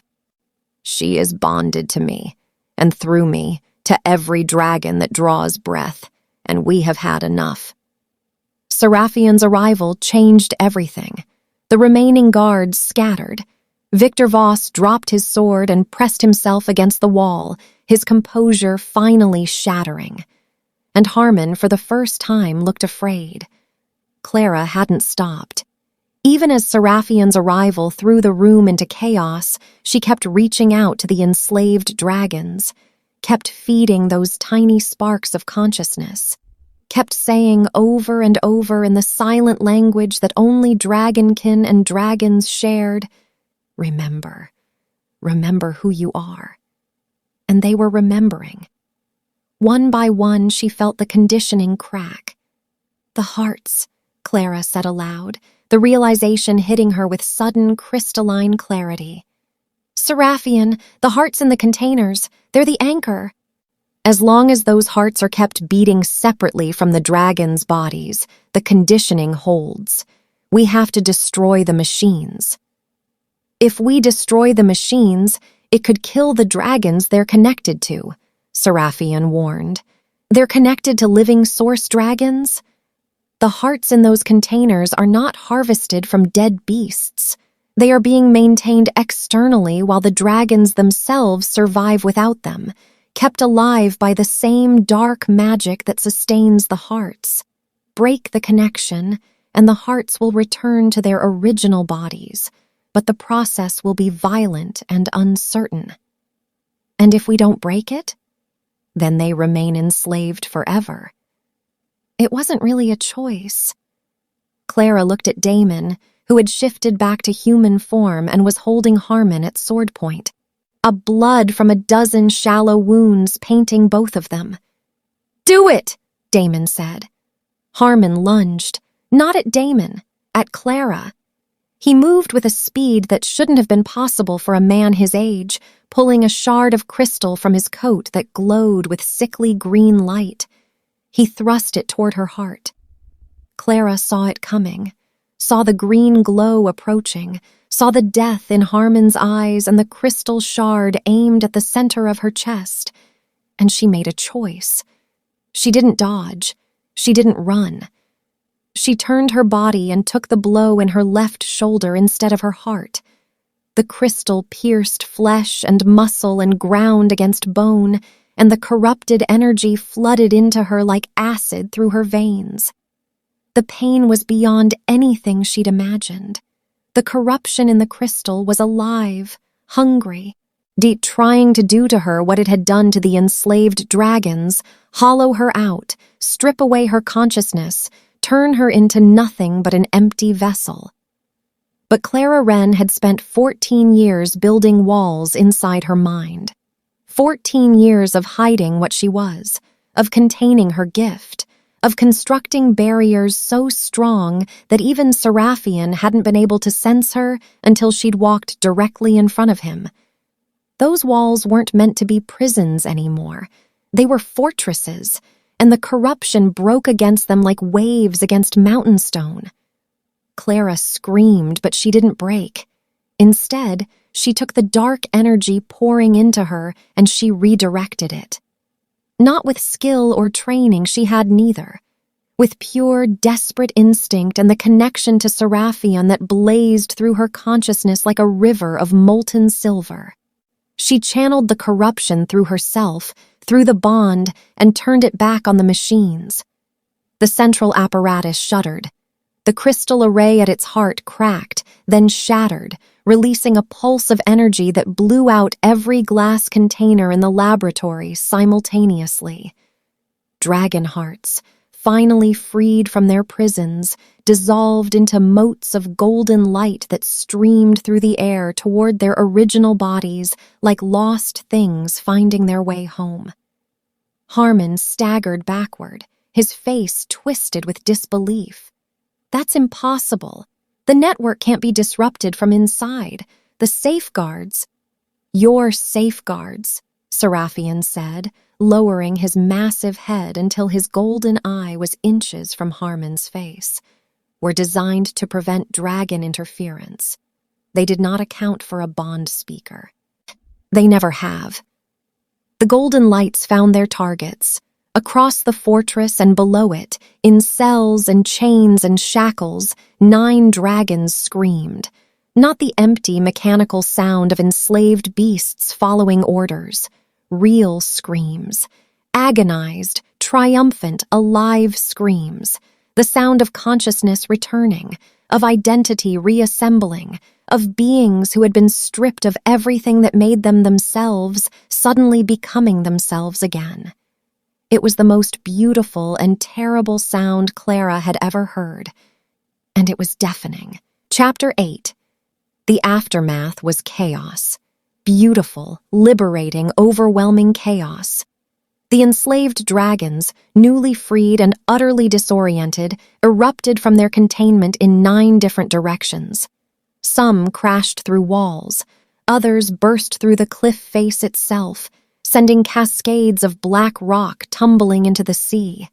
One, a massive copper beast that had been chained in the deepest cell, simply stood in the ruins of its prison and wept. Dragons could weep. Clara hadn't known that, but the sound was unmistakable, a low, keening vibration that resonated through the rock and through her bones and through the bond she shared with Seraphian, who answered it with a sound of his own. A call. Not commanding. Welcoming. "Come," the silver dragon said, projecting his voice outward to every draconic consciousness within range. "Come to me. You are free now. You are safe. Come, and I will guide you home." They came. One by one, and then all at once, the freed dragons converged on Seraphian's position. Some could barely fly, their wings atrophied from years of imprisonment. Others were wild with terror and confusion, snapping at shadows and flinching from their own reflections. But they came to Seraphian because his voice was the first kind thing they'd heard in years. And they came to Clara because her mind was an open door, broadcasting warmth and welcome and the simple, radical message that they mattered, that they were more than what had been done to them, that they were whole. Harmon Voss did not survive to face trial. When Clara had redirected the corrupted energy into the crystal array, the backlash had done something to the dark magic sustaining him. His silver hair turned white in seconds, his immaculate posture crumbled, and the man who had sat at dinner tables and smiled across wine glasses and offered false sympathy for 3 careful years collapsed onto the laboratory floor and did not get up.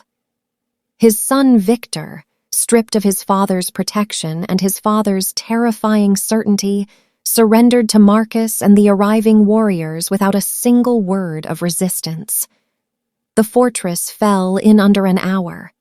What resistance remained dissolved the moment the enslaved dragons began breaking free, because men who had signed on to guard a secret research operation had not agreed to stand in the path of 9 liberated dragons rediscovering the full volcanic scope of their rage. Most of the guards fled into the sea caves and were collected by Marcus's team without a fight. The 3 levels below the laboratory, in a wing of the fortress that had been carved to look almost comfortable, almost civilized, almost like a home, they found Alara. She came out of her room before they even reached the door. She was thinner than she'd been at 16. The soft roundness of childhood had been replaced by sharper lines, sharper eyes, a wariness in her movements that hadn't been there before. Her golden hair was longer, braided back from her face in a style she'd clearly developed herself over 3 years of captivity. She was 19 now. She looked 40, but her gray eyes, Damon's gray eyes, were blazing with a fury and a relief so enormous they seemed to fill the corridor.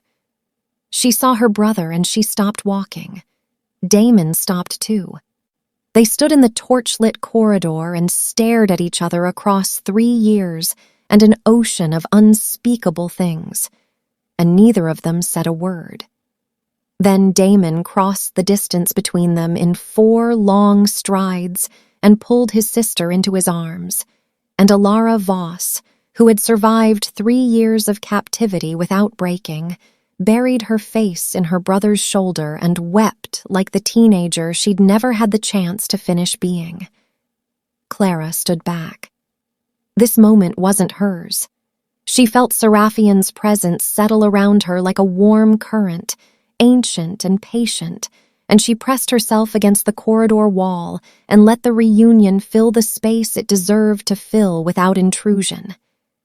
When Alara finally lifted her head from her brother's shoulder, her gray eyes found Clara over Damon's arm. Red-rimmed, exhausted, all but sharp and intelligent and already asking questions. "You must be the one Seraphian chose," Ilara said, her voice rough from crying. "I felt it, even down here. The moment the bond formed, I felt it through the old connection Seraphian has with our bloodline." She looked at Clara with the directness of someone who had learned that time was too valuable to waste on anything indirect. "He told you I was alive?" "He told me you were alive," Clara confirmed. "He's been holding the connection to you for 3 years. Alara exhaled, a long, shaking sound. "I know. I could feel him at the edges of my mind. Every time they tried to break me, I held on to that feeling, that he was still there, that Damon was still searching." She straightened in her brother's arms. "I want to go home." Clara turned to slip quietly back to the laboratory. Ilara's hand caught her wrist. "Don't disappear," the princess said. "I've been imagining you for 3 years, the person Seraphion was waiting for. I'd like to actually know you."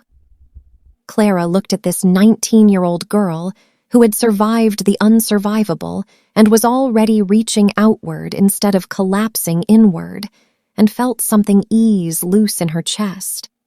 Something that had been clenched there for so long she'd stopped noticing it. "I'm not going anywhere," she said.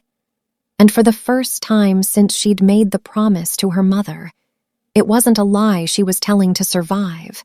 It was a truth she was choosing to live. The journey home took 2 days. Seraphian carried Clara and Damon together, lay with Alara riding a young copper-scaled dragon named Brennan, who had attached himself to the princess during the chaos of liberation with the focused, unilateral devotion that some dragons developed for the first kind person they encountered after captivity. Brennan was one of the 9 freed enslaved dragons, his conditioning the most recent and therefore the least deeply embedded, and he shadowed Alara with a protectiveness that made the other warriors give them a wide berth. The other 8 freed dragons flew in loose formation around the group, some steadier than others. 2 of the oldest had to be supported on either side by healthy dragons, their bodies genuinely weakened by years of magical drain. They were alive, though. All 9 of them were alive, and they were free, and every morning when the sun rose over the mountains, they called out to the dawn with voices that had been silent for years. On the second morning, flying through clear, cold air above a mountain ridge blazing red and gold with early autumn color, Damon turned on Seraphian's back and looked at her. "The oath is fulfilled," he said. "We found Alara. You held up your end completely and more." He held her gaze, and the winter storm in his eyes had settled into something quieter, clearer. "Everything I promised you is still waiting. New name, new papers, money to start over wherever you want to go. You've earned it 10 times. Clara looked at him, at the mountains around them, at the freed dragons flying in formation below, at Alara on Brennan's back, her golden hair flying free, something close to peaceful on her too old face, and she thought about her mother's words. Hide your gift. Live your life. Be happy. Never let them make you small. She'd hidden her gift for 14 years and nearly died for it. She'd survived her life without living it. She'd never been happy, not really, not in any way that ran deeper than the absence of immediate disaster. And she had been so very, very small. "I want to go home," she said. Damon's breath caught. "Clara, I want to go home to Ashenmere. I want to work with the freed dragons and help them heal. I want to learn to ride properly, not just grip someone else's saddle and hang on for my life." She felt the corners of her mouth pull upward. "I want to eat something that isn't leftover kitchen scraps. I want a room with a window that lets in more than half a hand's width of light." The smile reached her eyes. "And I want to stop running." Damon looked at her for a long time. The wind moved between them, cold and clean and smelling of pine and stone. Then he reached out and took her hand in his fingers warm and calloused and certain. "Then stop running," he said simply. "Ashenmere is your home. It has been since the day Seraphian bowed to you in the courtyard. It just took a little time for the paperwork to catch up." Above them, Seraphian released a sound that was not quite a roar, and not quite a laugh, and not quite a song, but contained elements of all three. It rolled across the mountain peaks and echoed back from a dozen stone faces, and the freed dragons answered it one by one, their voices joining together into something that had no name in any human language but meant, in the oldest and most fundamental way, that something lost had been found. The homecoming was not the quiet return Clara had privately hoped for. When Seraphian appeared over the mountain ridge with 8 additional dragons in loose formation behind him, the horn that sounded from the top of the main tower could probably be heard in the valley villages 20 miles away. By the time they landed in the great courtyard, the space was packed. Every member of the household, every soldier not on active duty, stable hands and kitchen staff and the elderly dragon keepers who'd been tending to the resident dragons for decades. Madame Calworth was in the front row. She took one look at Clara in her riding leathers, arriving on the back of the Alpha King's legendary dragon, and sat down heavily on a stone bench with the expression of someone whose understanding of the universe had just been substantially revised. "She used to work for you," Damon said quietly, close to Clara's ear as they dismounted. Yes, Clara said. She docked my wages twice last month. She felt him shaking with suppressed laughter as he helped her down from Seraphian's back. Then the crowd saw Ilara, and the sound that went up was not something Clara could have prepared for. It started as a collective inhale, the sound of several hundred people simultaneously recognizing something they'd given up hoping to see. Then it became something else entirely. Not cheers, though cheering came later. Something rawer. The sound of a community that had been grieving for 3 years, suddenly discovering that the thing they'd been grieving wasn't gone after all. Ilara rode Brennan into the courtyard with her chin high and her gray eyes bright. The crowd parted. Auntie Damon stepped forward and offered his hand to his sister as she dismounted. A formal gesture made infinitely tender by the way his other hand found her shoulder and squeezed once, fierce and brief. He spoke simply and without performance.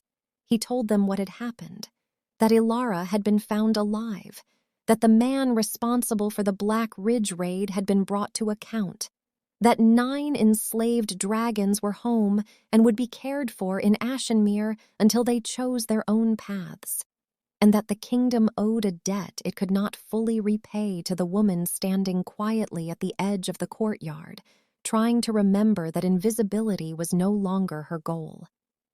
He said her name. Not her function, not her gift, not her extraordinary and unlikely role in everything that had just happened. Her name. Clara Wren. The courtyard was silent for a long moment after he said it. And then Margaret, the silver-haired woman with kind eyes who had shown Clara to her quarters on the first night, started clapping. The applause spread through the crowd like the bloom of warmth from a fire, slow at first, then all at once, and Clara stood in the middle of it and felt, for the first time in her adult life, that being seen was not the end of everything. Victor Harmon, to the considerable surprise of everyone including himself, agreed to provide a full account of his father's operation in exchange for exile rather than trial. He was 22 years old, had spent his entire life in his father's terrifying shadow, and had never once been asked what he wanted instead of what his father needed him to provide. What he wanted, it turned out, was to never again be in a room where anything with scales was being harmed in any way. He left Ashenmere the following week on a ship heading south. Clara felt no particular satisfaction about his departure, and no particular guilt either. He had done terrible things and chosen not to do worse ones at the crucial moment, and both of those facts were simply true, and the world would have to sort out what they meant in the fullness of time.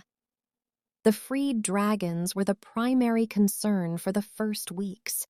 They needed care, all of them, medical attention for the physical damage done by years of magical drain, time and space and patience for the psychological damage, which was harder to quantify and harder to treat, and could not be rushed in any direction without making things worse.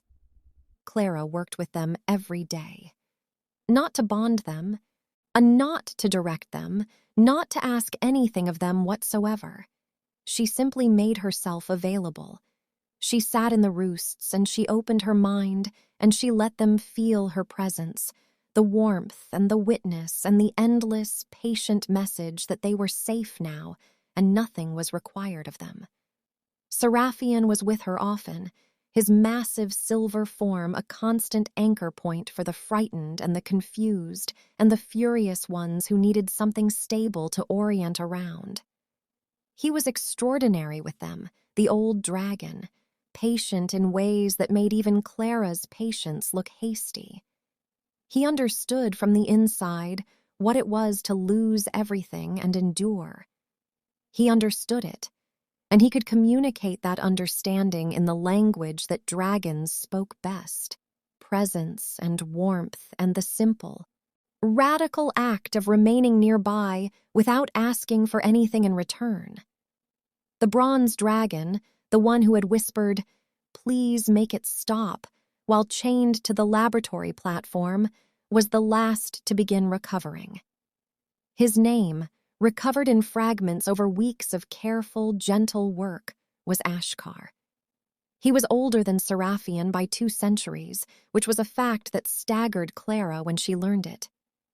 Ancient by any measure, and still Harmon had taken him, had broken him, had stripped out his agency and his will and his history and turned him into a resource. The fury Clara felt about this was the cleanest emotion she'd ever experienced. No ambiguity, no complication, no gray area whatsoever. She channeled the fury into work, into the daily sessions in the roost, the careful, incremental rebuilding of trust, the willingness to sit for hours without speaking while Ashkar processed whatever he was processing at depths she couldn't directly access.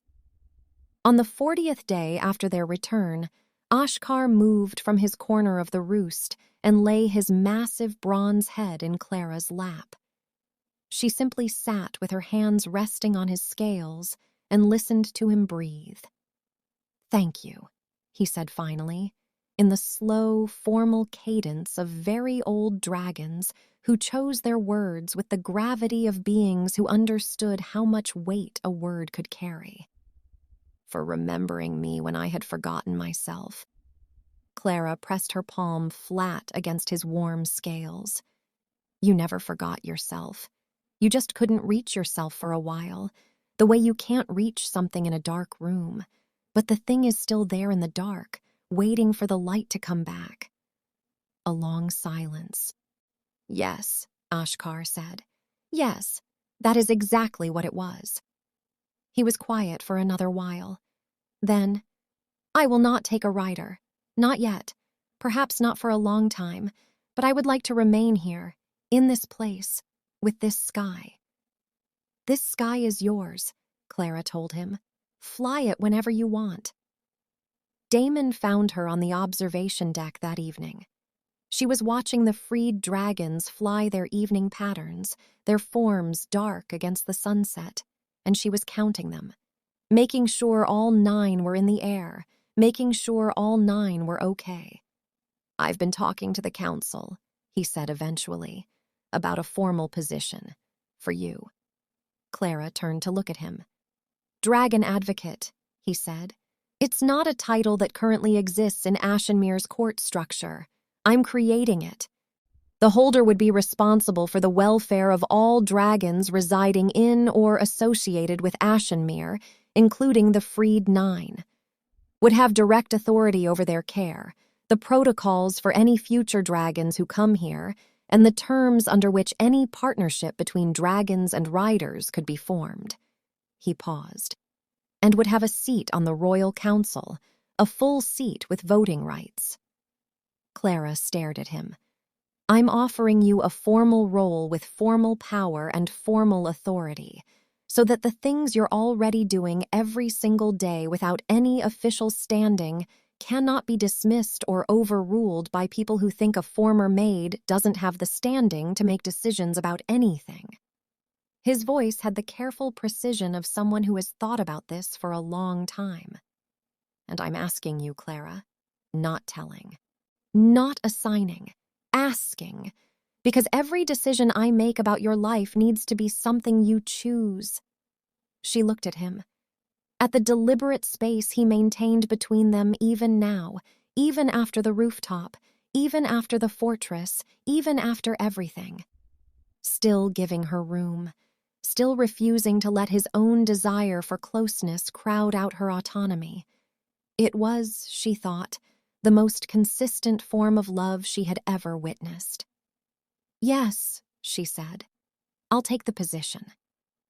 The tension went out of Damon's shoulders so completely and so suddenly that she could actually see it happen.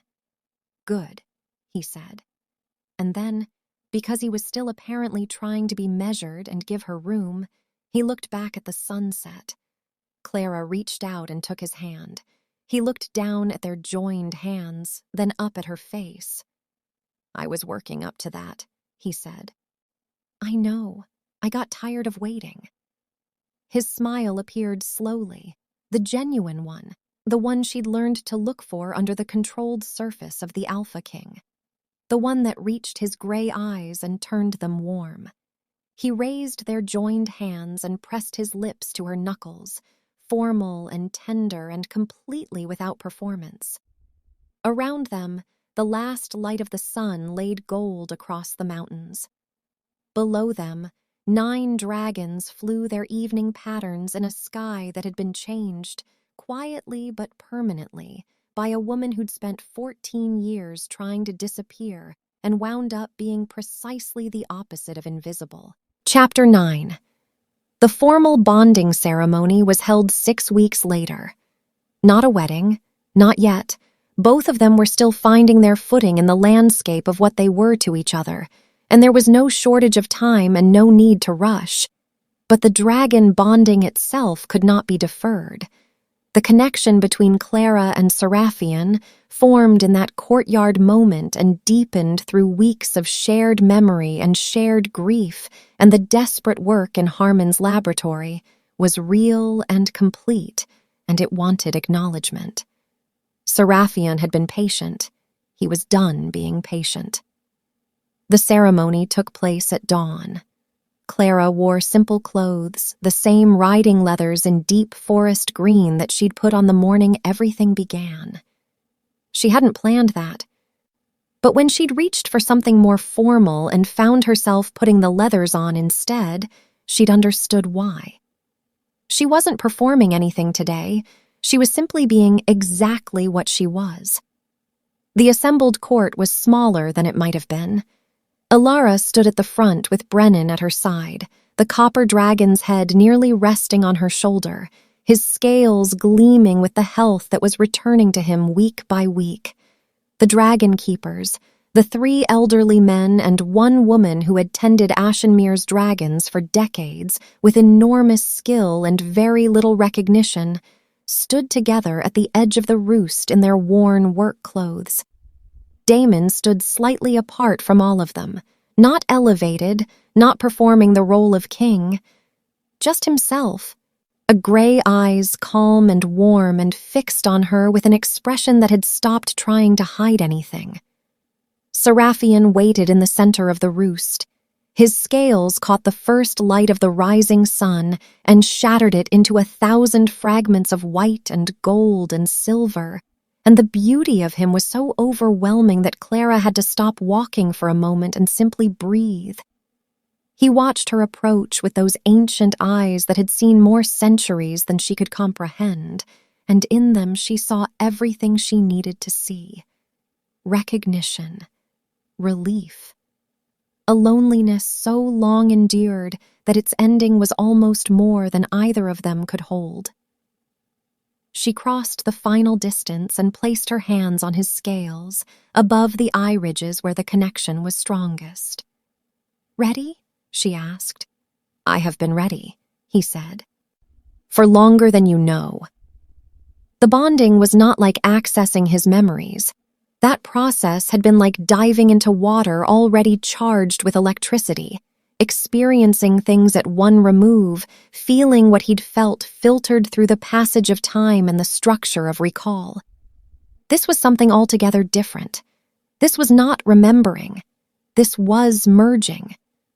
For a span of time that could have been seconds or hours, the boundary between Clara Wren and the dragon Seraphian became permeable.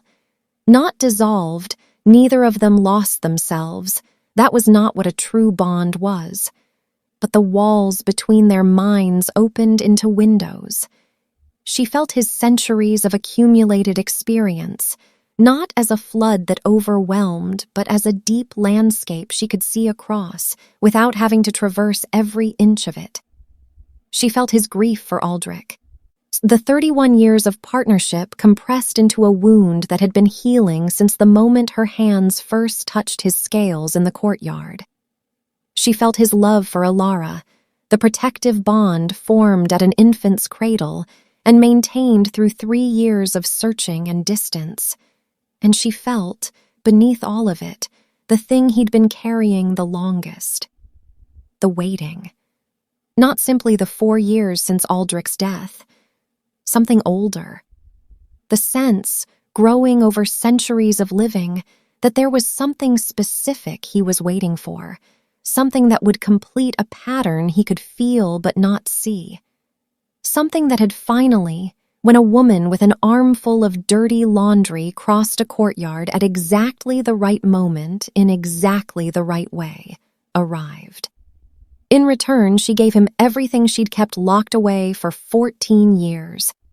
Her mother's face, the warmth of firelit lessons and the language that lived between species, the night the world burned and the walk away from the ashes that had become the rest of her life. Every silent year in Ashenmere, every floor scrubbed and linen carried and meal eaten alone in the dark kitchen after everyone else had gone to bed. Every moment of hiding, of being small, of choosing invisibility over existence. She gave it to him, and he held all of it with the gentleness of something vast and old that understood, from its own long experience, that the hardest things to survive are not the dramatic catastrophes, but the slow, quiet erosion of never being seen. When they came back to themselves, Clara had tears on her face, and Seraphion had his head bowed low, oppressing his forehead against hers with a tenderness that should not have been possible in a creature so large. "Little one," he said, softly enough that the words were meant for only her. "You never have to be small again." She pressed her forehead harder against his scales and let herself cry properly. Not the suppressed, controlled leaking of someone who has taught themselves that visible emotion is a vulnerability to be managed. Actually cry, open and unguarded, in front of the assembled court of Ashenmere and 9 freed dragons and the Alpha King who loved her, and the princess she was beginning to love like a sister she'd never had. Around her, not a single person looked away. Damon took a step forward and then stopped himself, respecting the moment, giving it the room it needed. It was Alara who crossed the space. The princess put her arms around Clara from behind, resting her chin on Clara's shoulder, and held on with the fierce, uncomplicated affection of someone who had decided, in her characteristically direct way, that Clara Wren was family, and that was simply the end of it. Above them, Seraphion spread his wings, all 100 feet of them, silver membrane catching the risen sun and throwing its light outward in a blaze that lit the entire roost like a second dawn. He called. Not the searching, desperate cry of a dragon without a rider, not the mechanical sound of a creature going through patterns, the full, resonant call of a bonded dragon announcing to the world that everything lost had been recovered and everything broken had been healed, and everything that had been waiting was waiting no more. The freed dragons answered from their ledges, was their voices joining his in a cascade of sound that rolled off the mountain walls and down into the valley and out across the peaks to wherever the wind could carry it. Even the oldest of them, Ashkar, added his voice, deep and grave and careful, the voice of something that had survived what should have broken it, and found, on the far side of the unsurvivable, that the sky was still there. The months that followed were not easy. Nothing worth building ever is.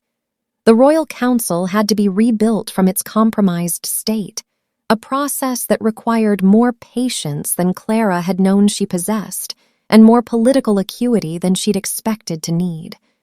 The freed dragons required ongoing care, some of them healing faster than others. The border security that had failed during the Black Ridge raid needed to be rebuilt, but the eastern settlements that had been damaged needed resources. And Clara discovered, somewhat to her own surprise, that she was good at it. Not the political maneuvering, which she found exhausting and transparent in equal measure, but the practical problem-solving. the ability to look at a complicated situation and identify what it actually needed rather than what everyone was arguing about. The tendency to ask the simplest and most direct question in a room full of people who had spent years constructing elaborate frameworks to avoid simple, direct questions. Seraphian had given her that, in part. Centuries of perspective compressed into a consciousness she shared had a way of making human complications seem more manageable than they appeared from inside them. And Damon was the other part.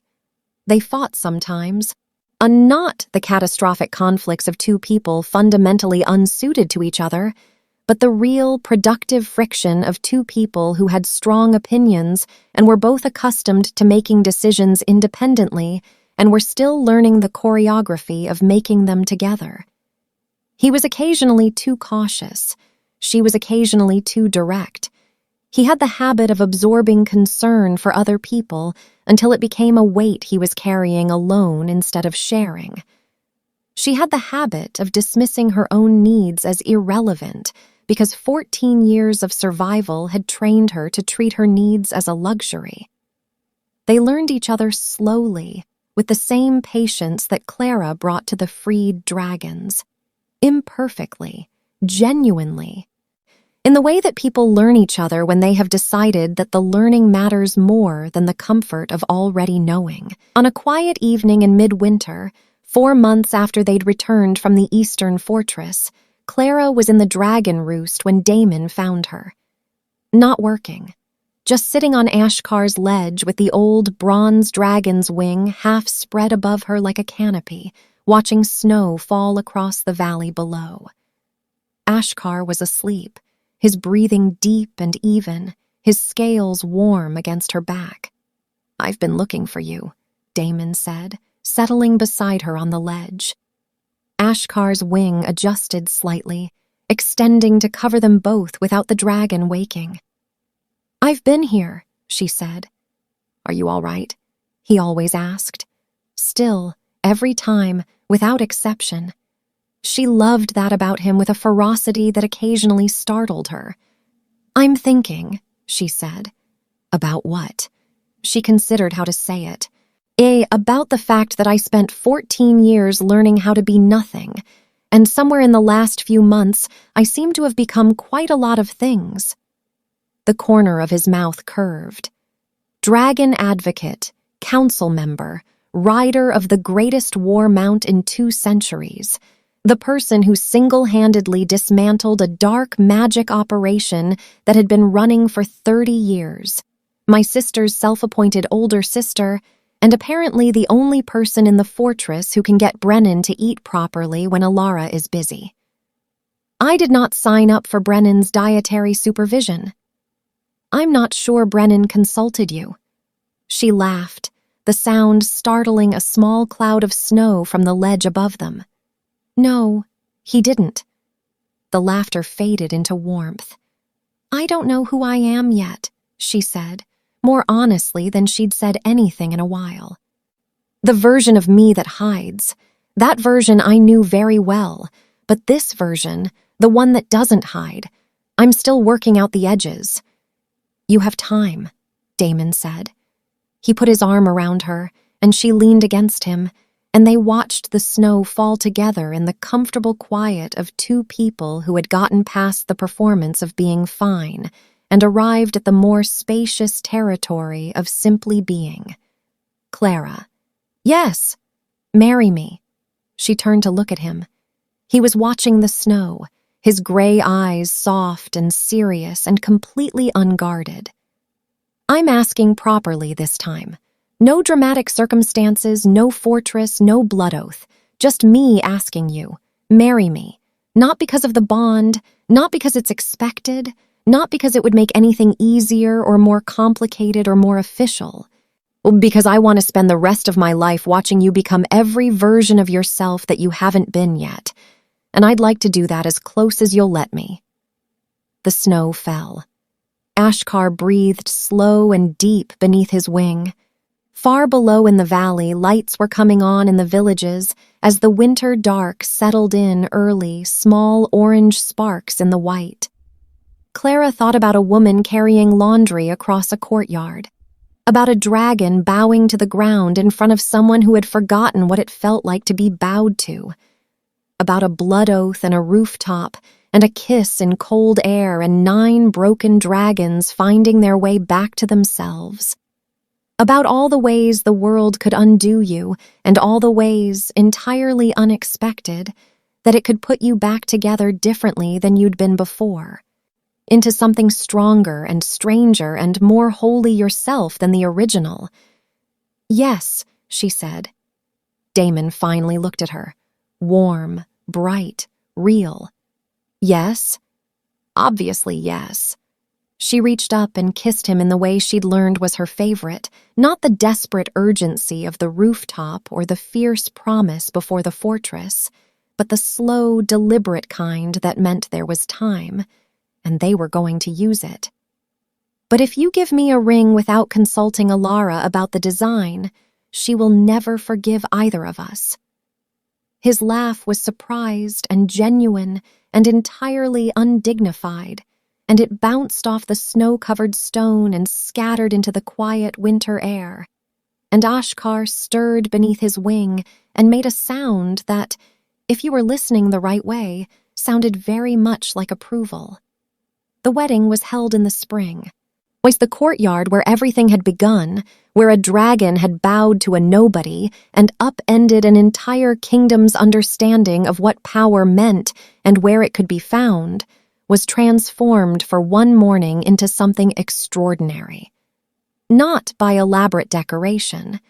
Clara had vetoed the more theatrical proposals firmly and with the support of Alara, who had developed strong opinions about what constituted genuine beauty versus performed splendor during 3 years of captivity that had been, aesthetically, extremely tedious.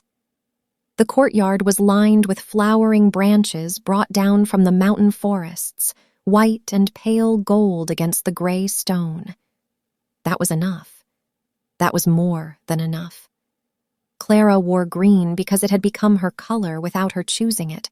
Was the color of the leathers she'd worn on the most important days, and the color of the forests she could see from her window every morning when she woke and knew, still sometimes with a small shock of wonder, that she had a window worth looking out of.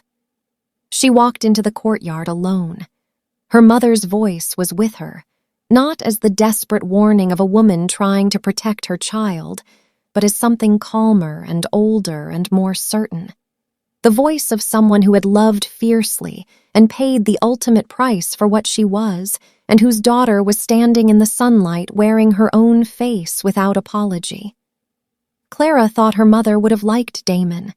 She thought her mother would have loved Alara, who was currently in the front row managing to be simultaneously dignified and completely unable to stop smiling.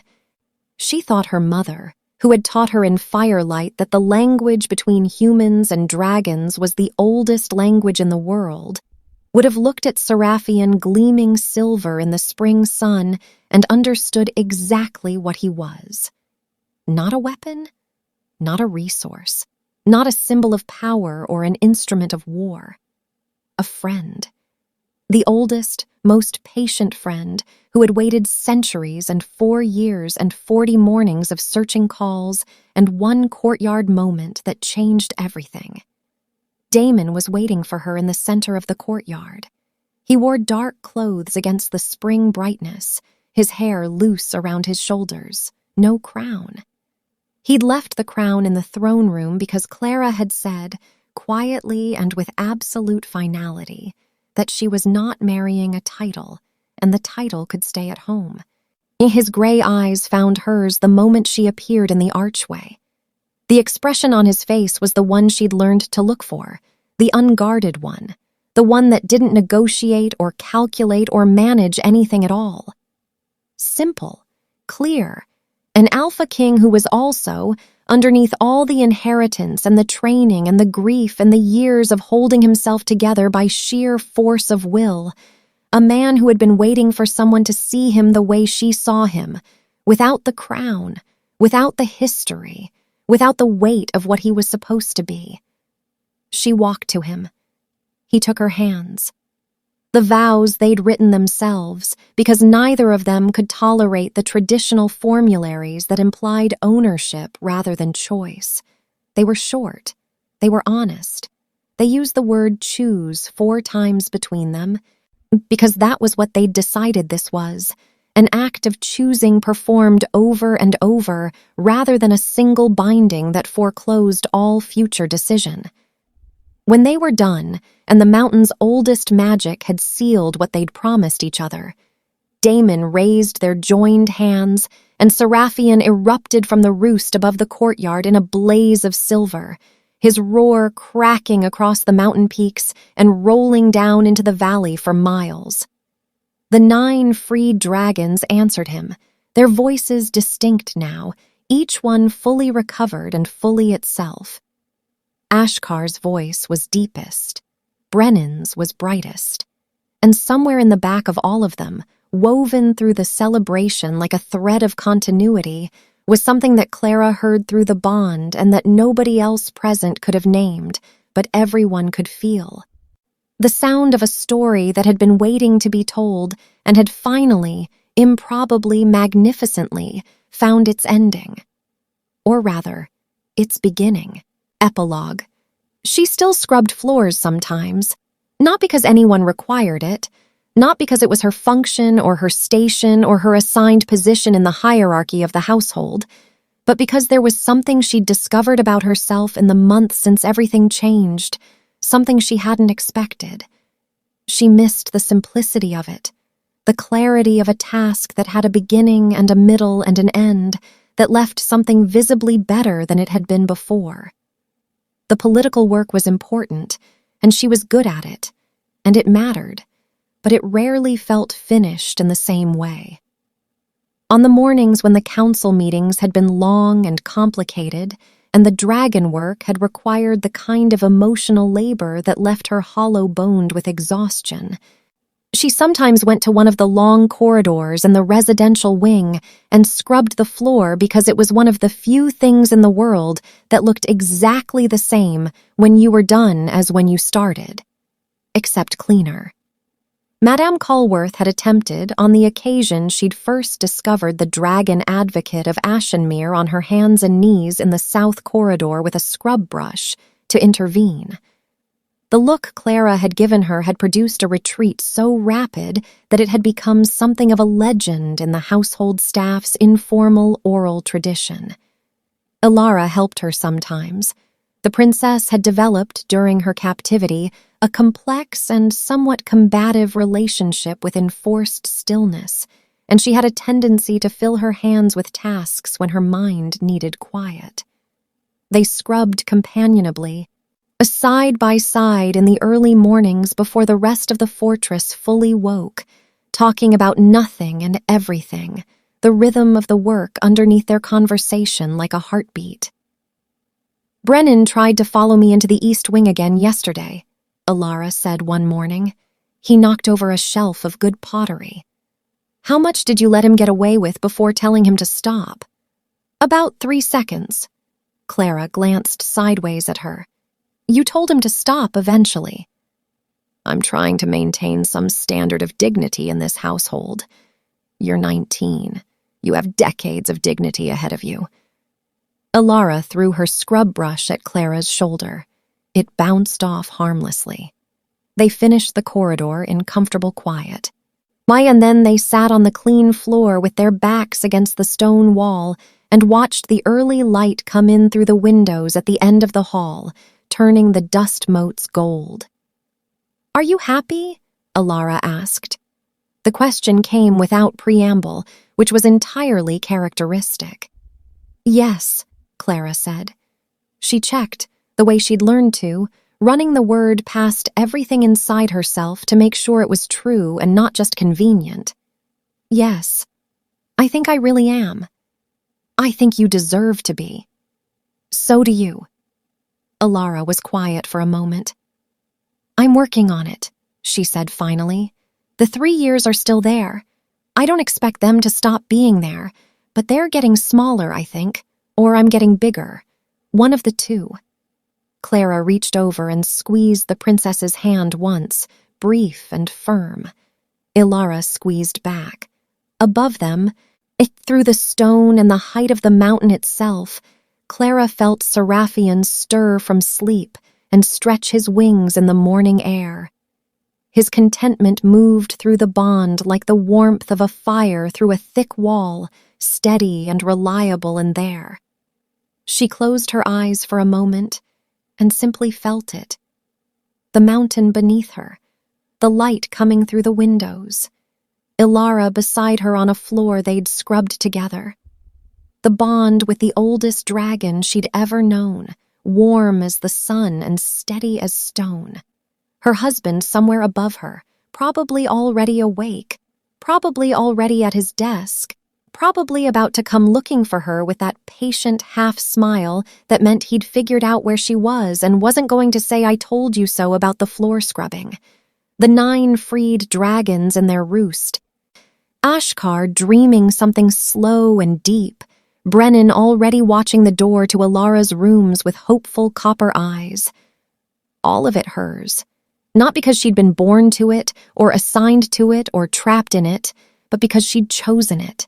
Because she'd walked into a courtyard with dirty laundry and a secret she'd been hiding for 14 years, and a dragon had looked at her and said, "There you are." And instead of running, she had eventually, improbably, stayed. Outside, the mountains rose in their ancient rows toward a sky that was already beginning to fill with light. Somewhere in the roost, Seraphian spread his wings to meet it. And Clara Wren, who had spent the first half of her life learning how to be nothing, and the second half discovering what she actually was, opened her eyes and watched the sun come up over Ashenmere and felt, a bone deep and certain and real, that this was home. This had always been home. She'd simply needed a dragon to show her the door. Where are you listening from? Let me know in the comments. I love hearing from you all. And if this story moved you, if you found yourself holding your breath, if you cheered for Clara or wept with Damon or felt the liberation of those 9 dragons in your own chest, please subscribe. It's the simplest thing you can do to make sure you never miss another story like this one. We'll see you next time.